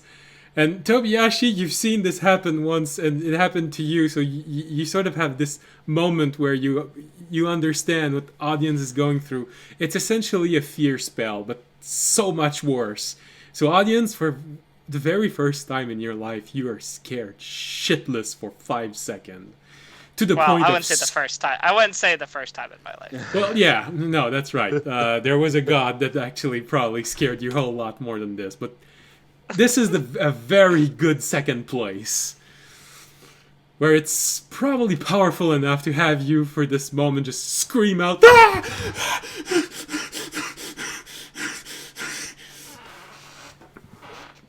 Terry looks at you, Fisher. I feel better. I want to go back I home also now. feel better. That was also amazing. Audience, for a moment, feels like your heart is gonna burst out of your chest. Hans will shrug. He's like, okay, that's a response. although, I guess while on the subject of apologies, now that Rami has done, well, maybe not done processing, but has decided to put that processing on hold for a second.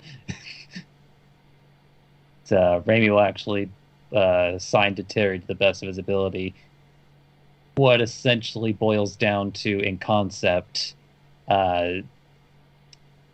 sorry for touching you without permission.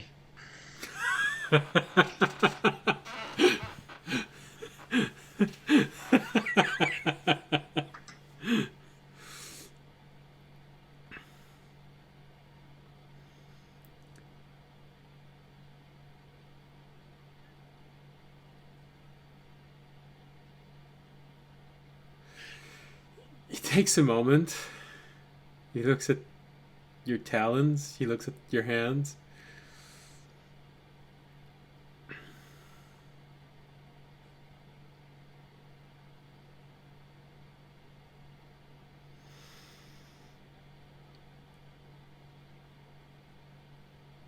He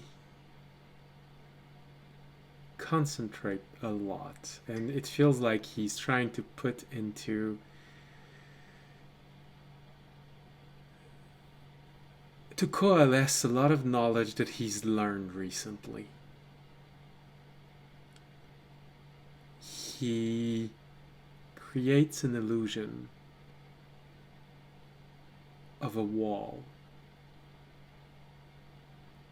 in the middle of the road, and you see someone frustrated because the wall is in the middle of the road. And then he creates an image. It's hard for him because he's doing this blind. He's doing his best to paint the image of a wall according to what he knows. So it's a very gray wall. There's nothing that helps you recognize that it's a stone wall other than the fact that you sort of recognize there's a texture to it. And the shape of a person doesn't match a person immediately. It's sort of looking at a person from the angle of a snake with heat sensing vision. So initially you have this moment of, it's a person, okay. But you see the person and the color of the person going from bright red to blue as he's looking at the wall. And then he creates a different image of the person standing behind the wall, arms open as if to take advantage of the protection of the wall, and create what feels like the image of a very strong wind pushing against the wall.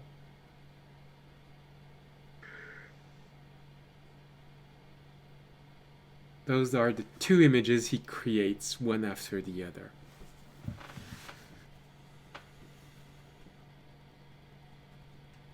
And then he looks at you, Fisher, and he says, I hope he understands.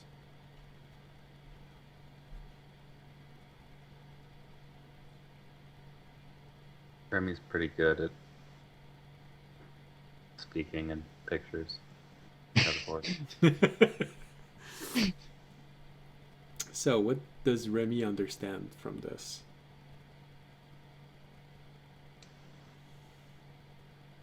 So there's a wall. The first Like a image two- is that of a wall placed in the middle of the road and a person feeling frustrated because there's a wall in front of him.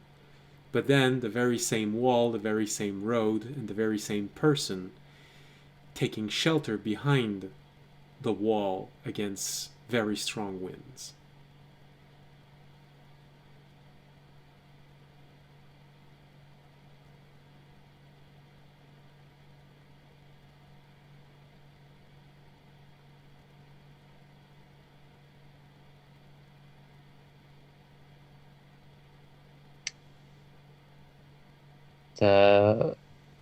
It's like if it's not two different people, it's the same person. At least, Sometimes things you don't like protect you.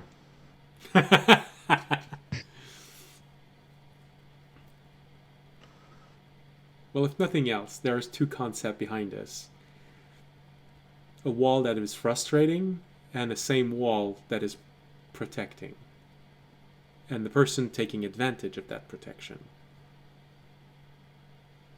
okay. I thought the wind was on the other side of the Yes. wall. Just like that's the part I was getting hung up on. No, in the first image, the person is frustrated of the wall being in the way. And in the second image, the person is taking shelter behind the wall against the strong winds. Yeah, no, that makes sense because like the way that I originally conceived it, because I was like trying to piece this thing together in my own head, just like wait a minute, it's like there are two people. And where's this wind coming from? Okay, but no, that makes a lot more sense than what my brain was crafting. It's like, just like not usually this obtuse. Okay. All right. Because there was part of me that was like crafting like this idea. It's like okay, just like there's a wall, and it's like something getting in the way, and then it's like the wind is like pushing now that person up against the wall. Just like sometimes shit happens.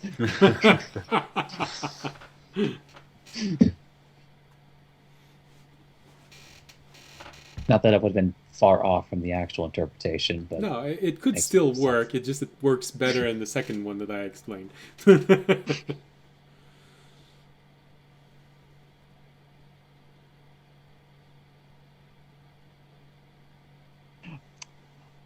Although secretly, Raimi is probably taking solace in the fact that he's probably not on the bottom of the shit list anymore.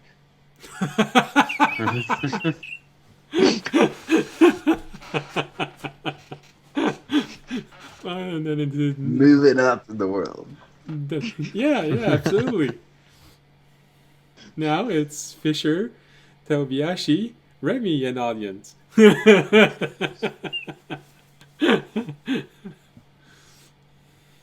Hey, you know what? The next highest rung on a ladder is still one rung higher. All right.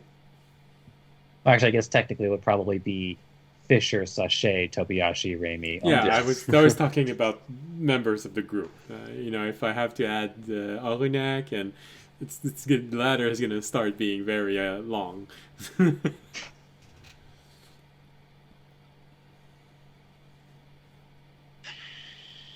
right. But yeah, I guess like after then that brief exchange, Raimi will now turn the parts just like a put a talon up like he's ready now. Because he realized a conversation was going to happen. All right.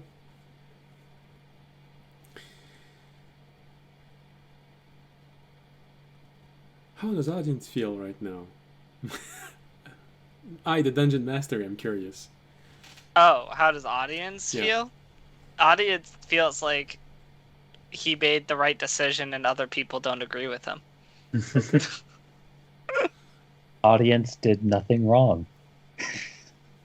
Audience followed what he believes is right and what he's been taught his whole life, and he understands that it upsets people. He's not mad at anyone because he like understands that other people would probably disagree with him, but he also doesn't feel like he's wrong. And it helps to have confirmation by the fact that your god didn't take away powers, meaning that he's okay with this. And actually, what audience feels like is perhaps he spent too much time fraternizing with other gods and should have just stuck with his god to begin with, and perhaps this was just a test that he has now passed and realized that there's only one true god for him.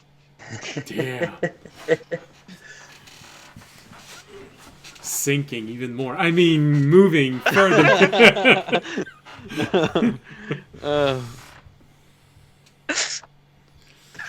I mean, like if you're not ready to move on to much bigger, kinkier gods, well, I mean, Yeah, you know, Fisher from inside of you. Paranad simply says, well, you know, some people are just afraid of moving closer to the light. I guess that's him.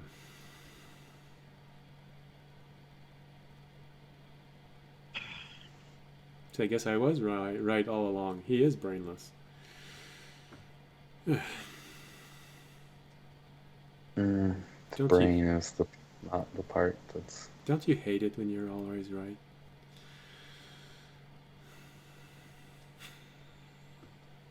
I think you're like you're picking the wrong organ. I think heartless is the word you're looking for. No, I don't think you're that heartless. It's okay. Wait, we're talking about me?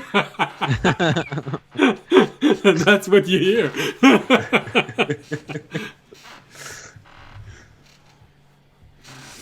well, hey, if he was talking about you, then that's like a backhanded compliment.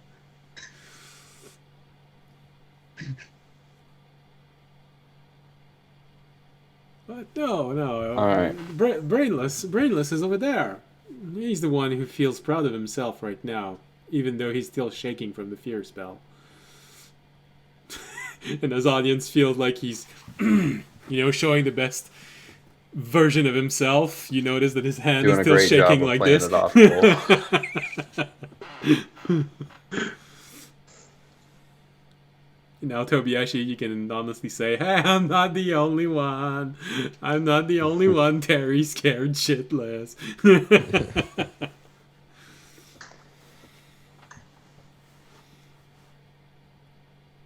Alright.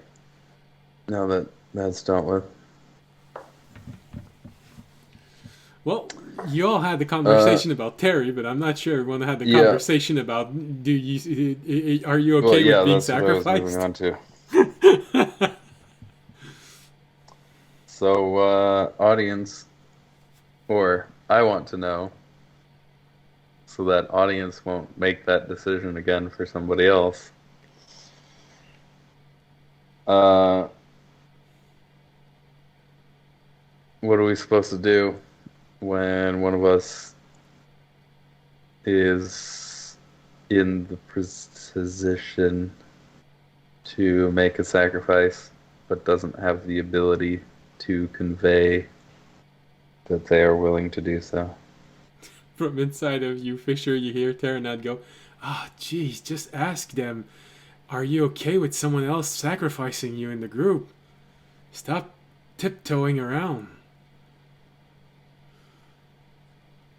Shut up. And that's what you all hear. Sorry. I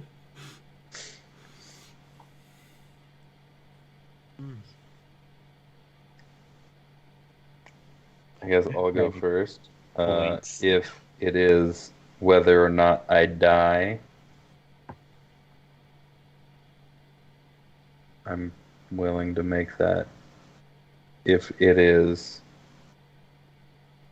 me being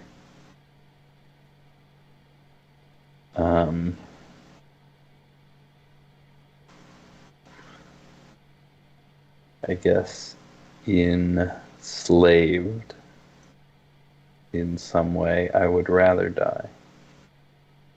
So if you can, take me out first.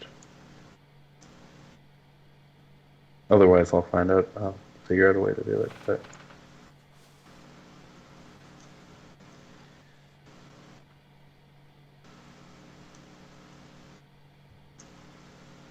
also, Well, I've got like message and stuff, so like it'd have to be a really weird circumstance in which I wouldn't be able to convey that. But And technically, even if you're unconscious, Terranad can do it for you. yeah, wait. He's been ape. Never mind.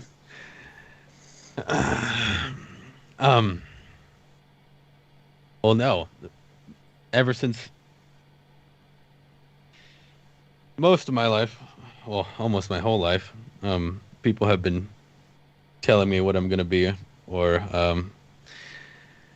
what I'm gonna turn out to be, or how I'm gonna live, or what's gonna happen to me, whether Doesn't it's it a suck? god or yeah, people at the monastery saying that I wasn't worth anything, that I might as well just study religion and not help protect the monastery or whatnot. From inside of you, Fisher, he said, "Damn, we almost had a priest." Ah, shut up. Sorry, keep going, Toby. Yeah. I'm like, okay. Then we go. I get a letter. We end up going on adventures and everything, and doing what we have to do.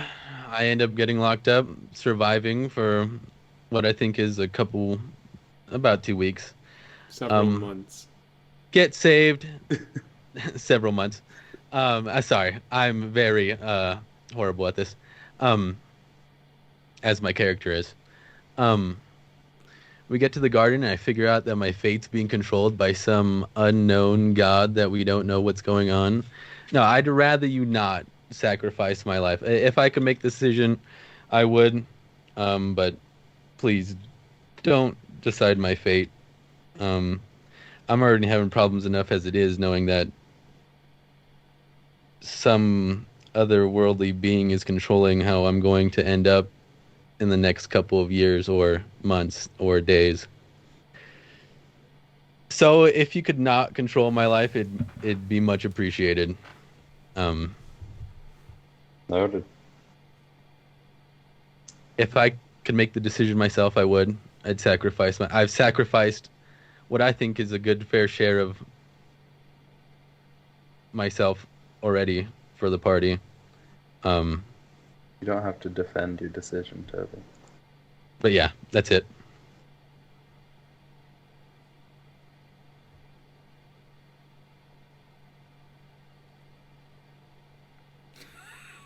Silence reigned in the room.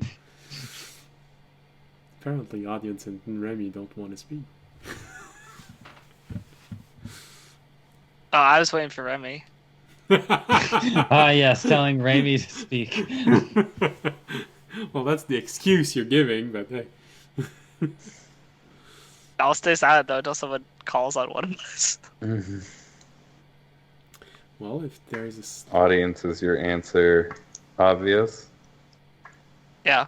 I mean, no, I don't think it's obvious. Of course, I think if I'm in a situation where I can't speak or I'm able to communicate with you guys and you guys feel like it's the best decision for the party to leave me behind or sacrifice me or do what you need to do, then yes, absolutely. You don't have to, don't worry about me.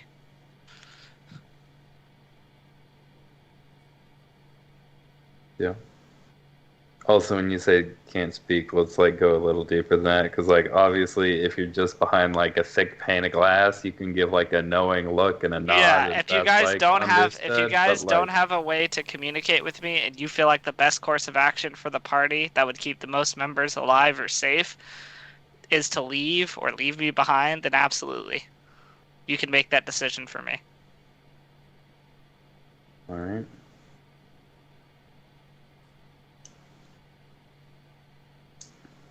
Mary?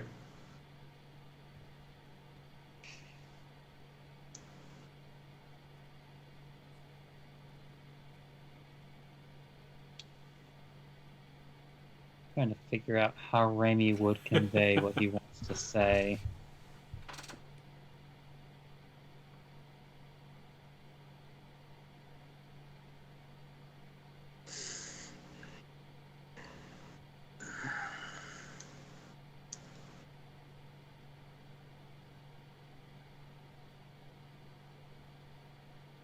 Because in a way, it's not precisely answering the question, but it is a conflict.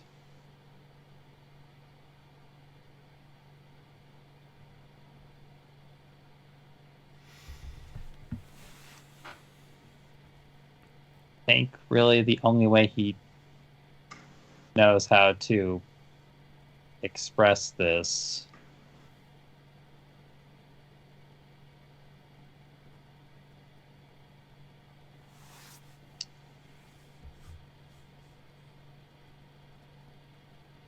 he's going to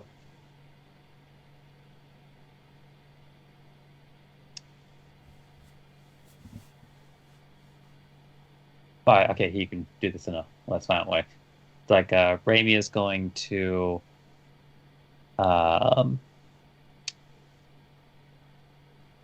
create an illusion of a I think he'll keep some. I think he'll purposely leave it like the smaller interpretation, focusing more on the hands, but he is going to actually use a silent image to show a taloned hand and a furred hand that are bleeding from the palm, joining together.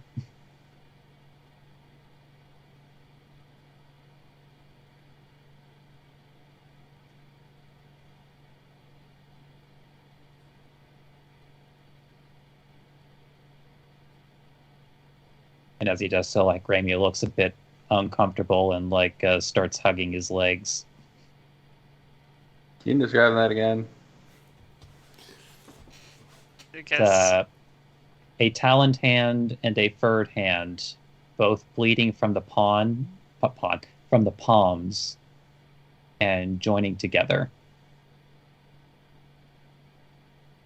You know, when you take a knife and you slash your hand and That's unsanitary. then... That's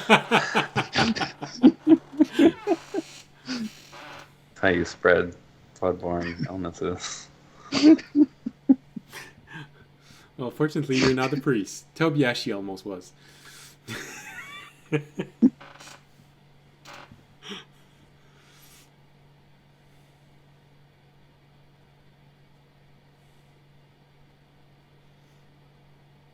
Let's see. Would I figure it out? I got a 12 on my figure out. Well, because of your background, audience, because you have this element of blood oath and fraternity from being raised amongst other very combat-minded people, you do recognize the symbol of two people deciding to become blood brother. Okay. I guess, but I wouldn't know if that relates into him wanting to be or not wanting to be. Well, usually blood brother are ready to do anything for one another.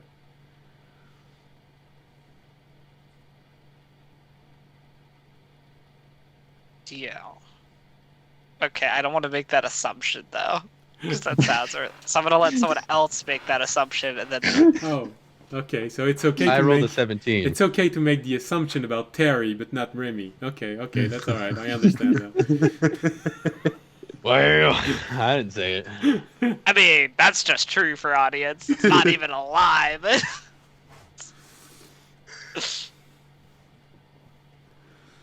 I love, yeah, there's, speaking of that, I love how earlier when I said, like, Remy's part of the group, and you're like, I would have made the same decision for Toby or any of the rest of you. I was like, nice selection there. Actually selected the only one who doesn't want to be sacrificed for the party. did audience words betray him more than? Just a little bit.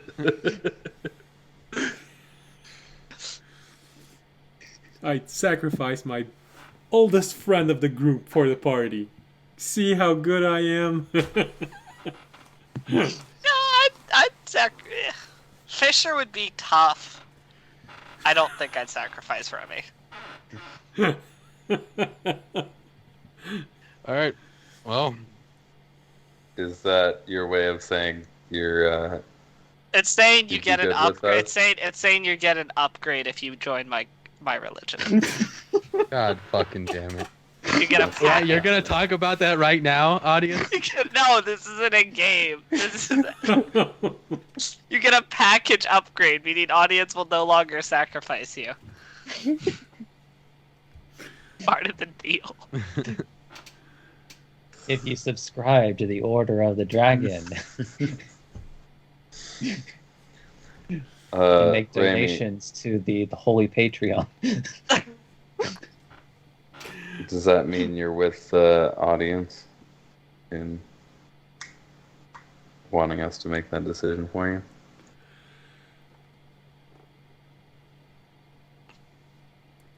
I just want to be super clear about this.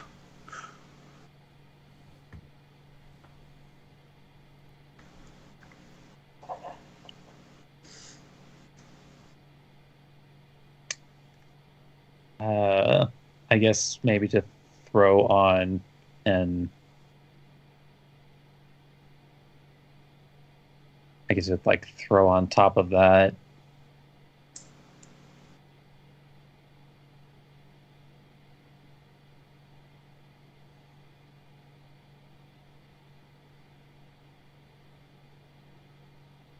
Everyone's looking at Remy right now as he's processing this. Even Terry is looking at Remy. Actually trying to remember if I have a line saved for this already. Okay. I believe I do.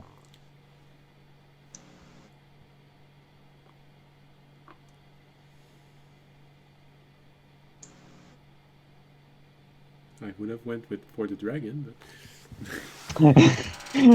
That would have been a good one, to be honest. I don't know. Let's see. Can we put a little bit of music while he's trying to do this? Okay, no, I was I making got sure I music did playing. have this saved. It's like, in a voice you guys have heard before, like a bit more like a common wizened like a tone to it. Amy, you are, always will be, one of my most cherished friends. It only takes, in like completely different context, it only takes one person to change another person's life.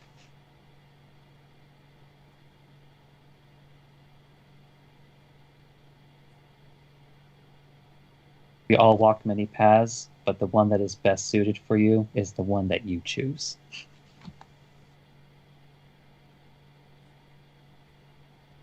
Terry writes, what did he say?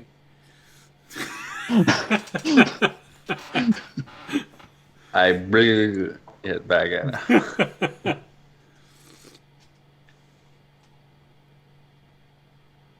Well, sounds good to me. Um, Alright. just so you guys would know, I'm not sacrificing anybody. Um, even if you wanted me to. We've come too far to be thinking about sacrificing each other at this time. Especially Fisher's son, daughter, thing. Yeah. I don't know. I don't really want to use thing though. That seems. Them. I was called a thing Eh? a lot before I was sentient, so That's understandable.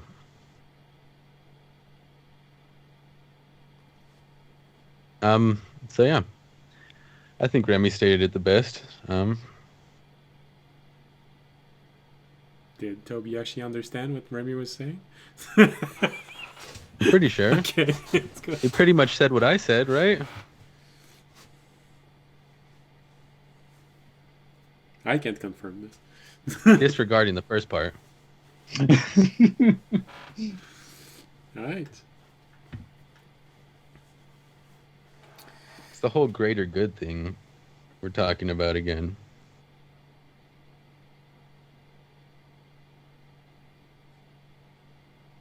Are we really Alright, into sounds sacrifice our party? obviously for this greater is open to change if we run into certain circumstances and you want to change your decision. Let us know.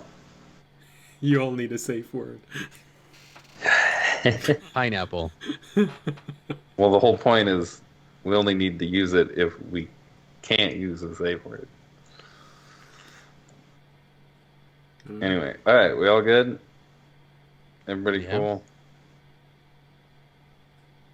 All A right. little short.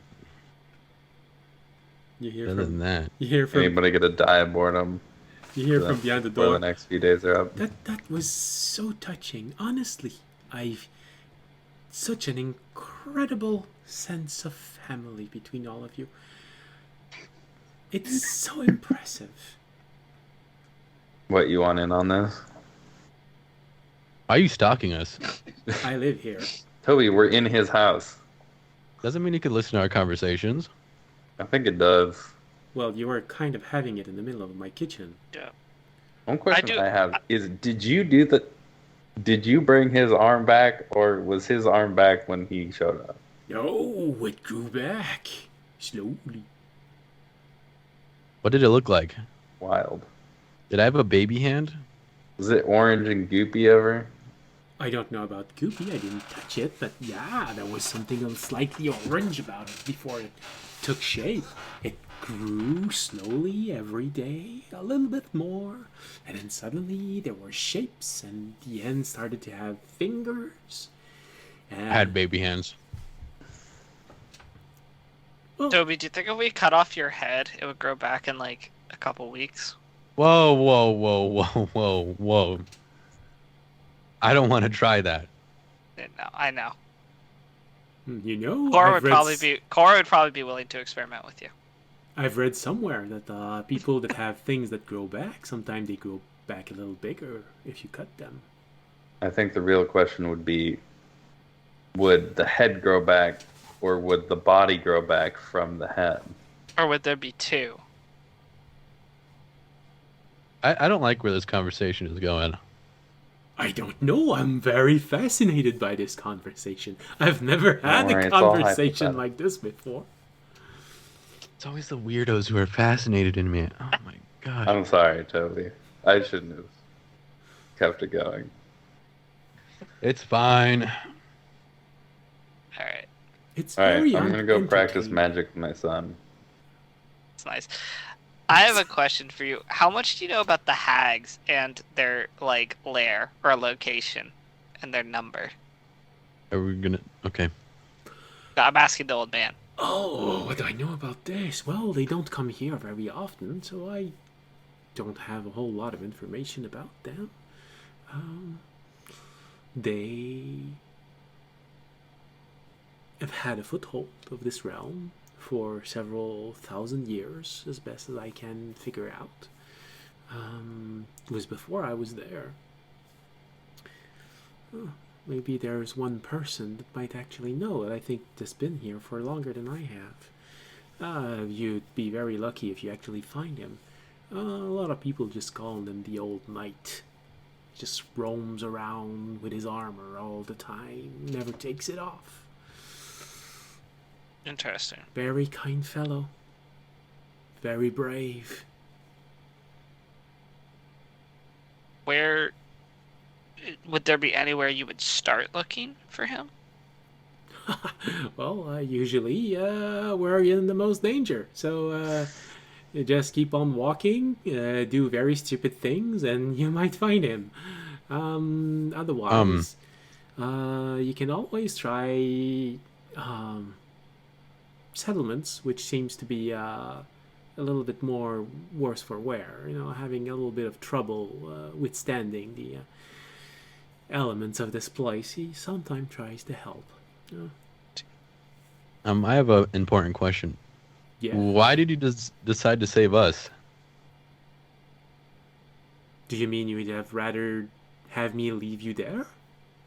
I mean, you No, look but like what- you were all in danger and possibly drowning. Well, He's we a were. good person. I wouldn't have. Never mind. We're strangers. What do you get out of saving us? Other than a pound of salt that you took from us.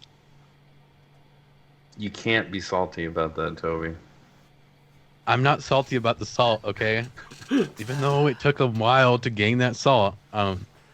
It's because he's a good person, Toby. You're just... Sorry if I'm not all trusting, okay? I'll look at him real hard and do an insight check. Does he seem like I got a 1? Does he seem like He seems not a natural 1, a 2 minus 1? he seems to be very genuine in everything he says. He seems to have been here for a very long time. It seems to have taken probably a little bit of a toll on his mental health. But other than that, he seems a very nice person, very kind person. But like I said, there's this thing that he can't shake. He looks human enough. He acts human enough. But there's just something about the way he feels that feels older than humans can actually be. So there's always this feeling that he might not be human. He might be an elemental spirit of this place, like a water elemental spirit or something. Could be. I don't know. Can I make sure that I could believe you? How would you do this? Well, take my hand. Okay. He grabs your hand. I'll You have roll an sweaty insight hands. check. Yeah, sorry about that. They're a little bit sweet too. But other than that, I'm gonna Really? roll an insight check with advantage since I'm touching him. Okay. Let's see. So I just rolled 2. I haven't rolled on D&D Beyond in forever. Okay. See what it is.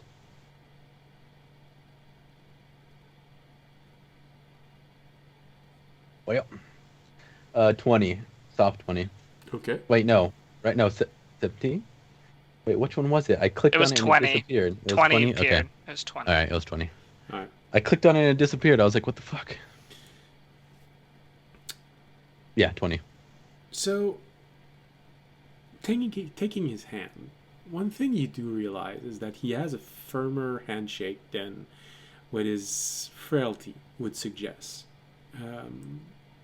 Even more confirming the fact that he might not actually be human. There's something about him that just feels like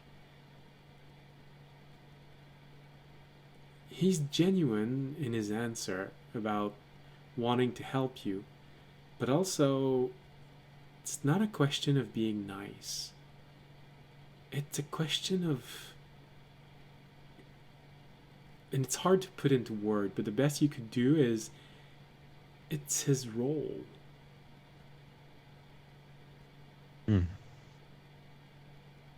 He is the hermit living near the beach. He is the one who fishes out people that falls.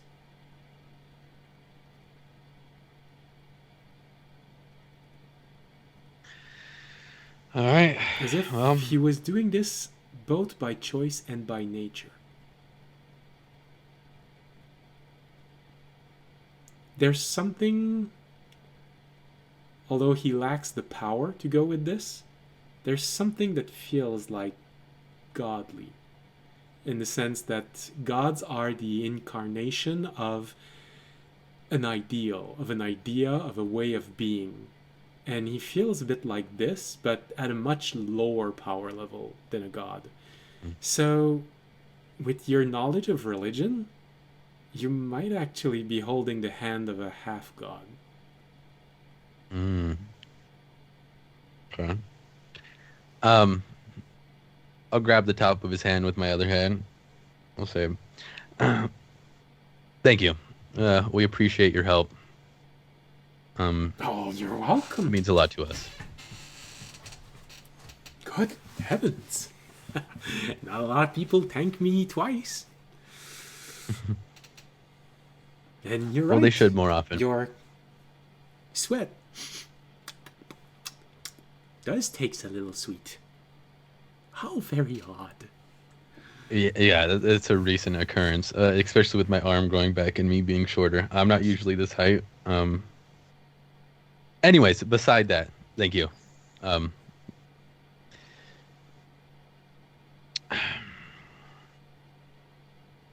So the old knight. The old knight. So we got to get in trouble for him to come and find us? Well, I turn to the group and start talking. No, we can also go to more outskirted villages and find others in need who are in trouble, and then the knight might be there, which is probably the better option to do. Are there any libraries here? Whew, oh, that's a nice question. Not a lot of settlement survives for long enough to have libraries, but that doesn't mean that there aren't out there ruins of very old fortress. Don't know who built them, don't know why they're there, but there are actually quite a lot of ruins out there. Temples, castles, abandoned towers. Feels like there was a point in time here where there was a lot of life. But it's not that anymore.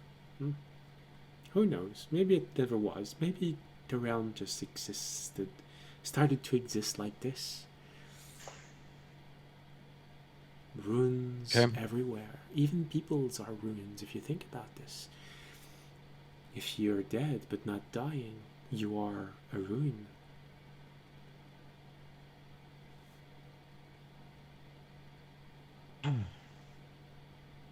Alright, I think I know what we should do. We should go find one of these ruins, find a library, maybe find some information on the place.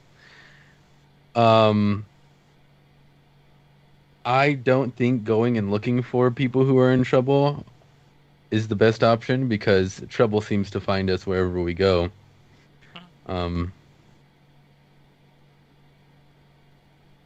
We could try it after if we don't end up getting in trouble after we find a library.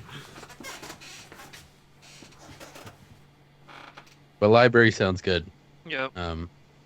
That's a surprisingly good point. Not What that do you it's mean? What do you surprising mean by coming that? from you. Okay. Just that it. Yeah, we do kind of run into shit wherever we go. That is true. I'll say the one bonus of us being here is we actually have a chance to maybe stop the undead mist permanently. That affects the Isles. It's a log shot, but if the hags are the ones that create it, and we can figure out Would a way anybody to here have an stop the idea hags. on how time is passing right now outside of here? Oh, Anybody at all? it's very hard. Terry? It's very hard to tell how time is passing here. Sorry, Terraned. Yeah. Who's Terranad? Somebody inside of Fisher. Oh, so full of surprises. You should have asked the guy at the crossroads if he had like a watch that could tell the time of other shards in relation to the time of your home shard. What's a crossroad? Oh, it Do was you not have roads here? I don't know what a road is. Maybe if you describe it to me, I'll tell you if we have them. It's like a very well maintained path that usually goes from one settlement to another. Well, you'd need to have people traveling from one settlement to another for a long time in order to have this. The problem is that a lot of settlements don't last all that long. They have to move around a whole lot. And anyway, in a place where nothing dies, but everything is dead, can you honestly feel like a path could appear by its own, just by people traveling in there? If nothing changes, then how can you make a path? You keep saying nothing changes, but then you keep saying a bunch of stuff that sounds like things change.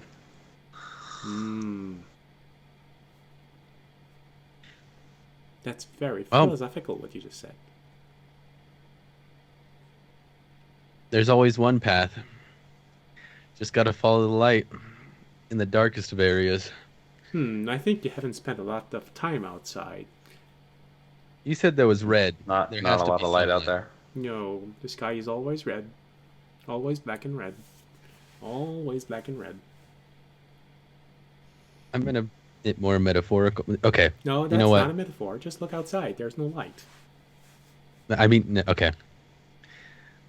But this is the first time where it all dawns on you. Why can we see each other if there's no light? Damn, the laws of this universe are weird. We have shadows. But We're inside. I don't think we'd be able to tell. but where's the light coming from if you have shadows? I look in the opposite direction of my shadow. Well, that's the thing. You can't There's nothing see there? light. No. Uh, This feels like a realm where a lot of the laws that you took for granted before don't apply. As distressing as this can be, Fisher, you know as a mage. Yeah. Some shards are like that.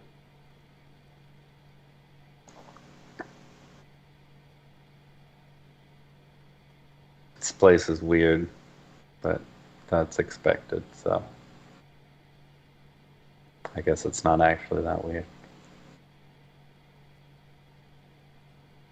That is also a very interesting aspect. Very philosophical. You are a very philosophical person. You ask deep question. How can there be light if there is no light? How can you know that there is light if you cannot see the light? It is both dead and not dying. The light is there, but it's not.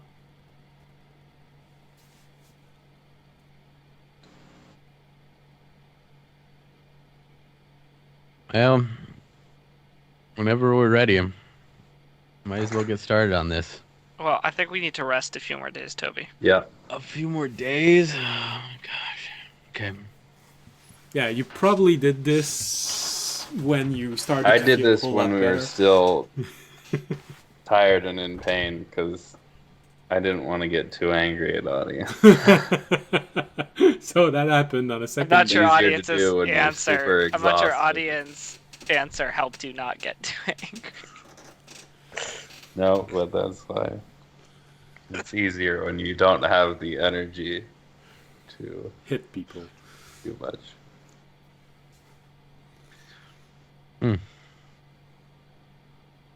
God, I'm hungry. Gods.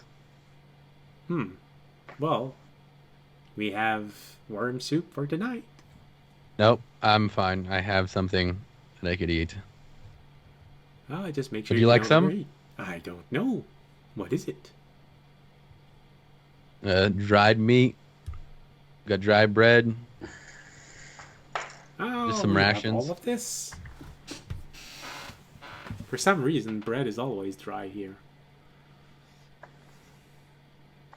So my bread is just extra dry. All right. All right. Everyone, gather around. Time to eat your meal. You can't get better if you don't eat. I saved a little bit of that holy water you have, and I'm putting it inside of the meal. It helps digest. Good.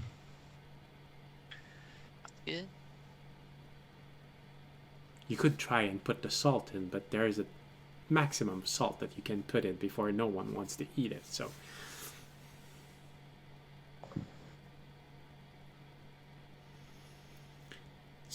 the next few days pass, and eventually you find yourself fully recovered.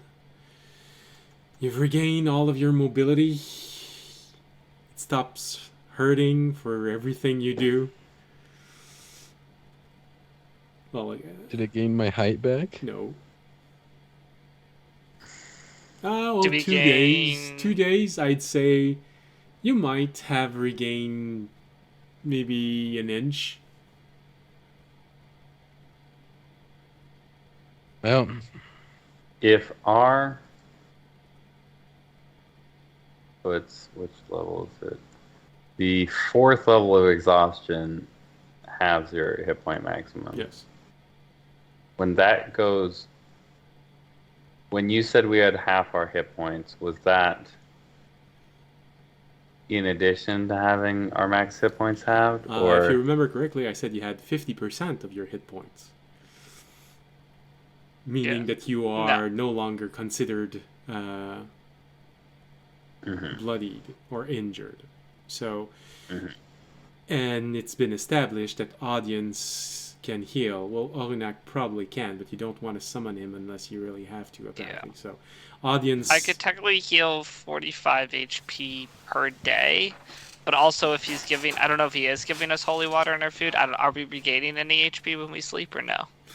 It's just a few drops. He really used most of it to get you out of your worst condition. So it's just 45 HP per day. I think that gets everybody. Yeah. Over 4 days, 4 members of the party. I think so. If 45 is half mine. Yeah. I think if I used 45 on myself one day, I would be like 3 HP short or something. Yeah. So, yeah. You are completely healed by the time you're there. You also have access to. Yeah. No, I mean, I could do it. I could get us back up to full. All right. So, do I want to? No. Well, for everyone Joking. except Tobiash. No, I'm joking. Jacob made a big stink about doing anything possible to keep us alive. Yeah, and then all of a sudden, I you would. don't give... No, I know. That's why I'm joking. Of course I would. Now, audience is more focused now on literally murdering every hag that's on this world and breaking their hold over it. He's like, oh, new evil I can go after.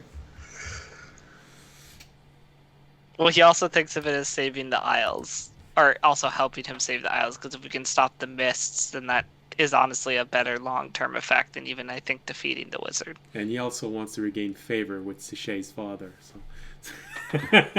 No, he actually doesn't really care about Sachet's father. He thinks Sachet's father is stupid and short-sighted, and he doesn't really care about him. Yeah. But he likes his daughter. He's now more in the rebel phase if I'm going to date your daughter with your permission or not. Okay, well, we'll see how that goes. Alright, so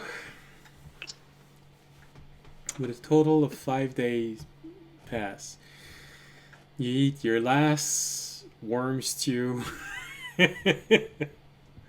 I would say within these 5 days I'd probably try and contact my dragon at different points, but I don't know if that has any success. Yeah, well, Yeah, no, of course. 1 second, actually, I have to let the dog out because my. Okay.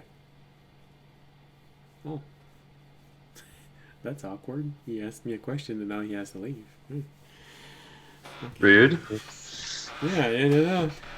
He sacrifices someone, now he just leaves the party and go do his own thing. It's, No, I mean, I just want to let the dog out of my room. it's okay. Alright, well, yeah. It's not that hard. You know how. You sort of find yourself in front of a hut with a closed door. It's not locked. It's, you know, you can just push it open. Yeah, I wouldn't. I'd knock. Okay. He's bean. And that's what you hear.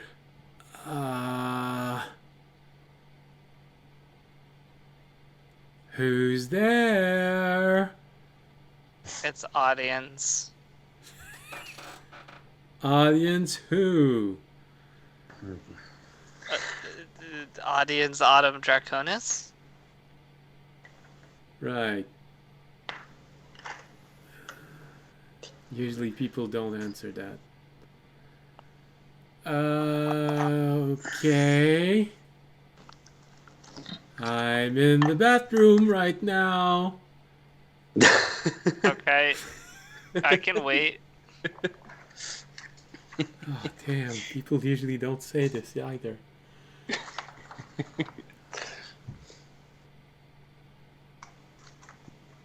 Give me a moment.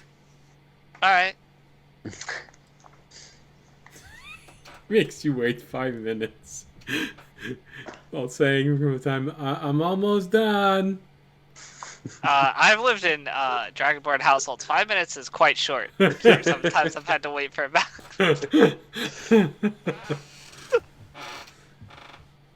Fine. He goes to the door and he opens it. What? Well, what do you mean, what? You're obviously pissed at me. Well, yeah, of course. I thought that I was giving my services to someone who had high ideals, someone who had honor and respect and was Well, I fighting don't think for the good of all of us. I don't think I broke any of those things. Are you Oh, like? no, absolutely not. You just wanted to sacrifice someone without their permission. You have to look at the reason behind I do things, not just what I'm doing, though. Because you're selfish? No. Did you not listen to everything I've said throughout this whole thing? Like, have you never been raised in, like, it's like sometimes you have to sacrifice the individual to save the world. I would think you would understand that. I understand someone sacrificing themselves. It happened a whole lot of time with a lot of people that I actually bonded with. Okay, but there's not always the option to sacrifice yourself. I also would have sacrificed myself if that had been the option. And how do you know that it was not an option? Because literally someone else said, Take me, and the wizard said, I had no interest in you, I only have interest in Terry. He made his thoughts very clear on the subject. So you're saying, if I understand this correctly, that a being literally 20 times smaller than you, even though your group was being asked to give up someone else, decided to put himself in front of that other person and him, and was willing to sacrifice himself to do this, but you decided to sacrifice that being Well, if you don't instead actually of remember going the actual instead term of going in events, front of him and doing the same thing and showing to everyone. I was in front of Civ, blocking him from killing my friend. I think I did do that. I just couldn't do it with both of them since I was in the middle of holding back like one of the strongest things I've ever felt. Or did you forget that part? No, I also didn't forget, and I'm actually inside of you right now, and I can understand and hear everything you're thinking, including when you're making excuses. Oh, you might call it excuses. I believe I made the correct. I was not lying, as you know, because you are inside of me when I said I think I made the correct decision and would make it again. Right. If that's not gonna work out for you, then I don't know what to say. Like that, I don't think that's breaking the ideals. That's me trying to do the best for everyone instead of the best for the individual. Right. And that's why you looked down when Terry asked why you were about to sacrifice him to take away his choice. That's why you didn't answer. That's why you just looked down and let Fisher answer for you. Yes, I don't know how to answer, Terry. No, but you heard what he said, and you could have said something, and it would have been translated. Even Remy was puzzled, was unsettled by the event. And you're saying that you weren't? No. Of course. Well, it's one thing lying to your friend, but it's another one lying to yourself. I don't think I am lying to myself. I think people just don't see my point of view. Yes, of course.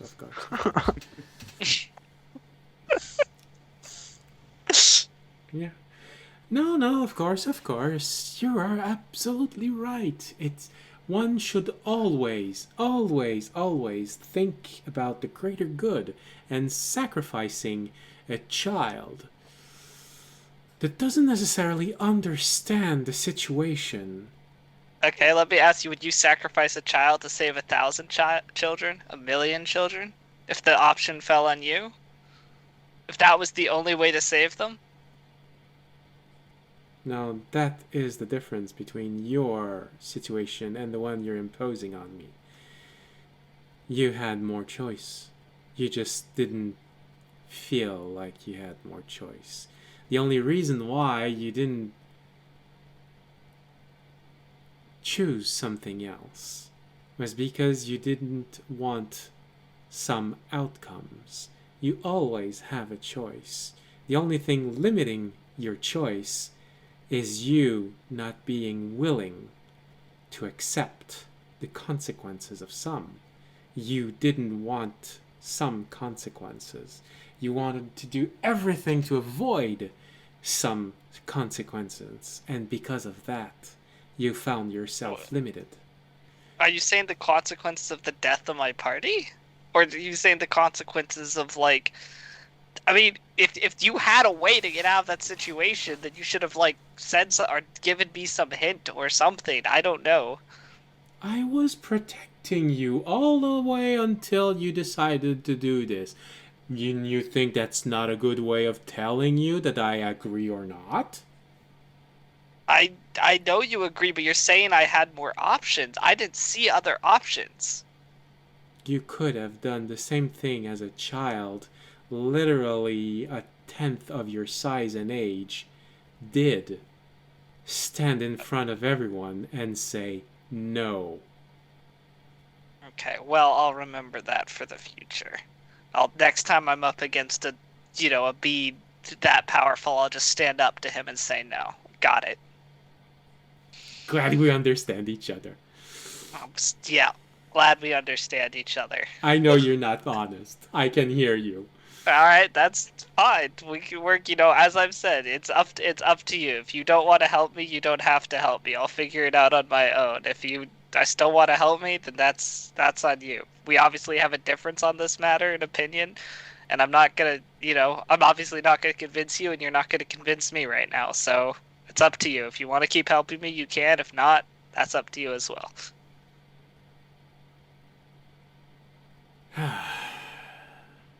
Do I want to keep going with someone who is not good? Or do I believe that you can still become good? That's one heck of a choice. All right, well, I'll leave you to it.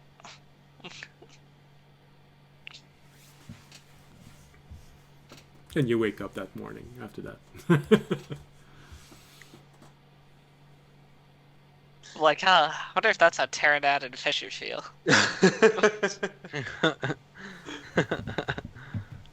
Speaking of, one night I would like to try and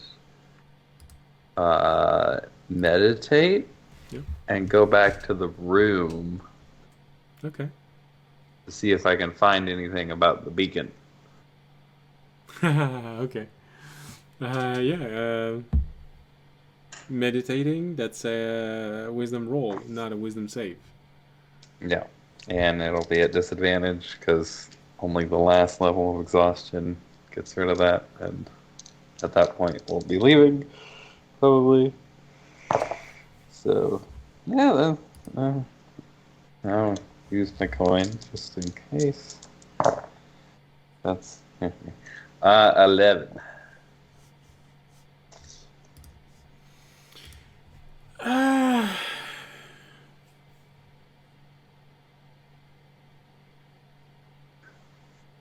No, unfortunately I'd have to say that your mind is probably too unsettled by everything that's happening to find enough peace and to go back there. Of course, you can try once every night. So, That's a good point. Okay, this is then. That's gonna be that'd be a 13 on the next night. okay.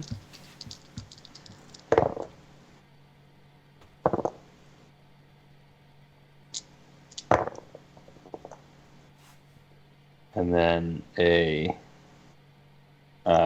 6. On the And third. then the last night would be a 11 again. Damn. Well, Rolling with disadvantage and a -1 doesn't get you high well, you are. high result. This place is unsettling. He's around odd. No, just kidding. It's not a save. It's a check, I thought. Yeah. All right. So,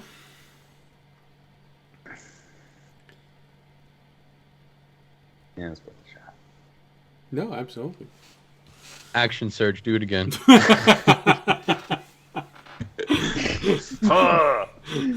Meditate even harder. Oh, yeah, all the muscles in your body just start flexing. In the middle of the night, you just go. Are we ended soon? Because I need to. Oh yeah, no. I Okay. didn't plan on making you Okay. go through the first few days of travel. The stream Okay. ends with you ready to leave. All right. So at the end of this slightly frustrating conversation for you audience, this is the first time you're at odd with your artifact. He sort of holds his opinion up until the very last day when you wake up. You realize that your armor is back on and the mouth of the bracelet is open. You just have that little intuition inside of you that seems to say, I'm giving you the benefit of the doubt.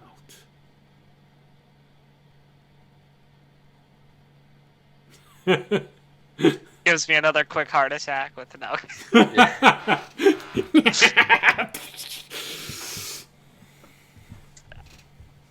Alright. But on a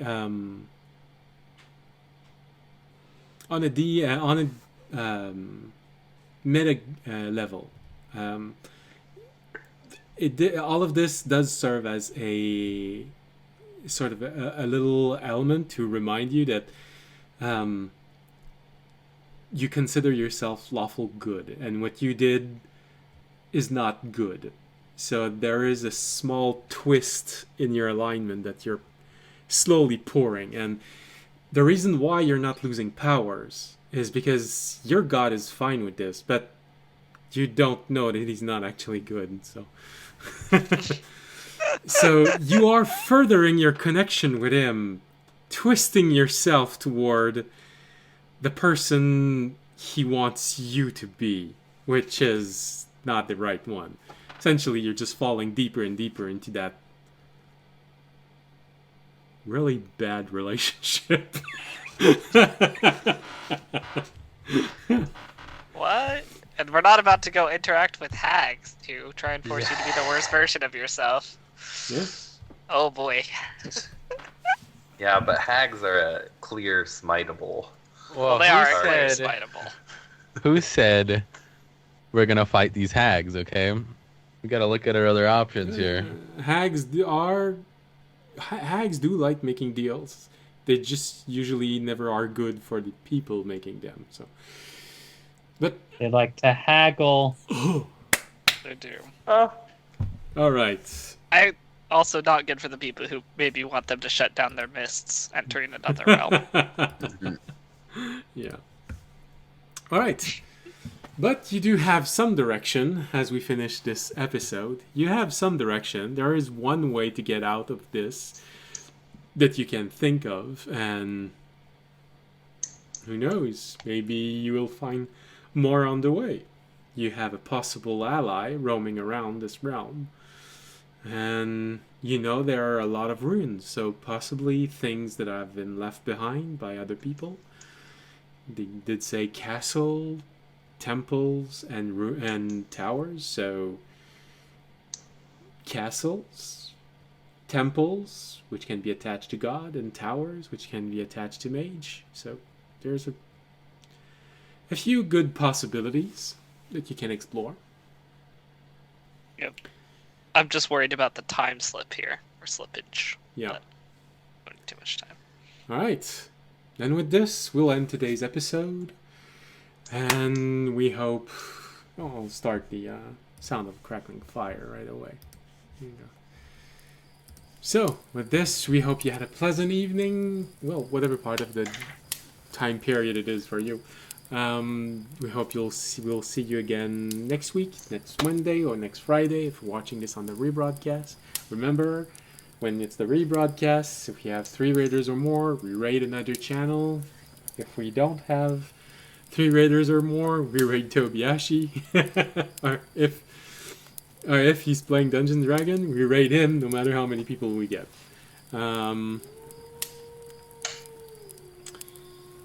Yeah, and that's about it. If you enjoyed the show, as always, you can support the stream by following us, leaving a like, a comment on Twitch, Twitter, YouTube.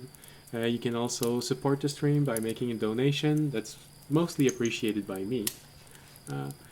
Becoming a Patreon, subscribing on Twitch. And if you can't do any of those things, well, there's always this very free thing you can do.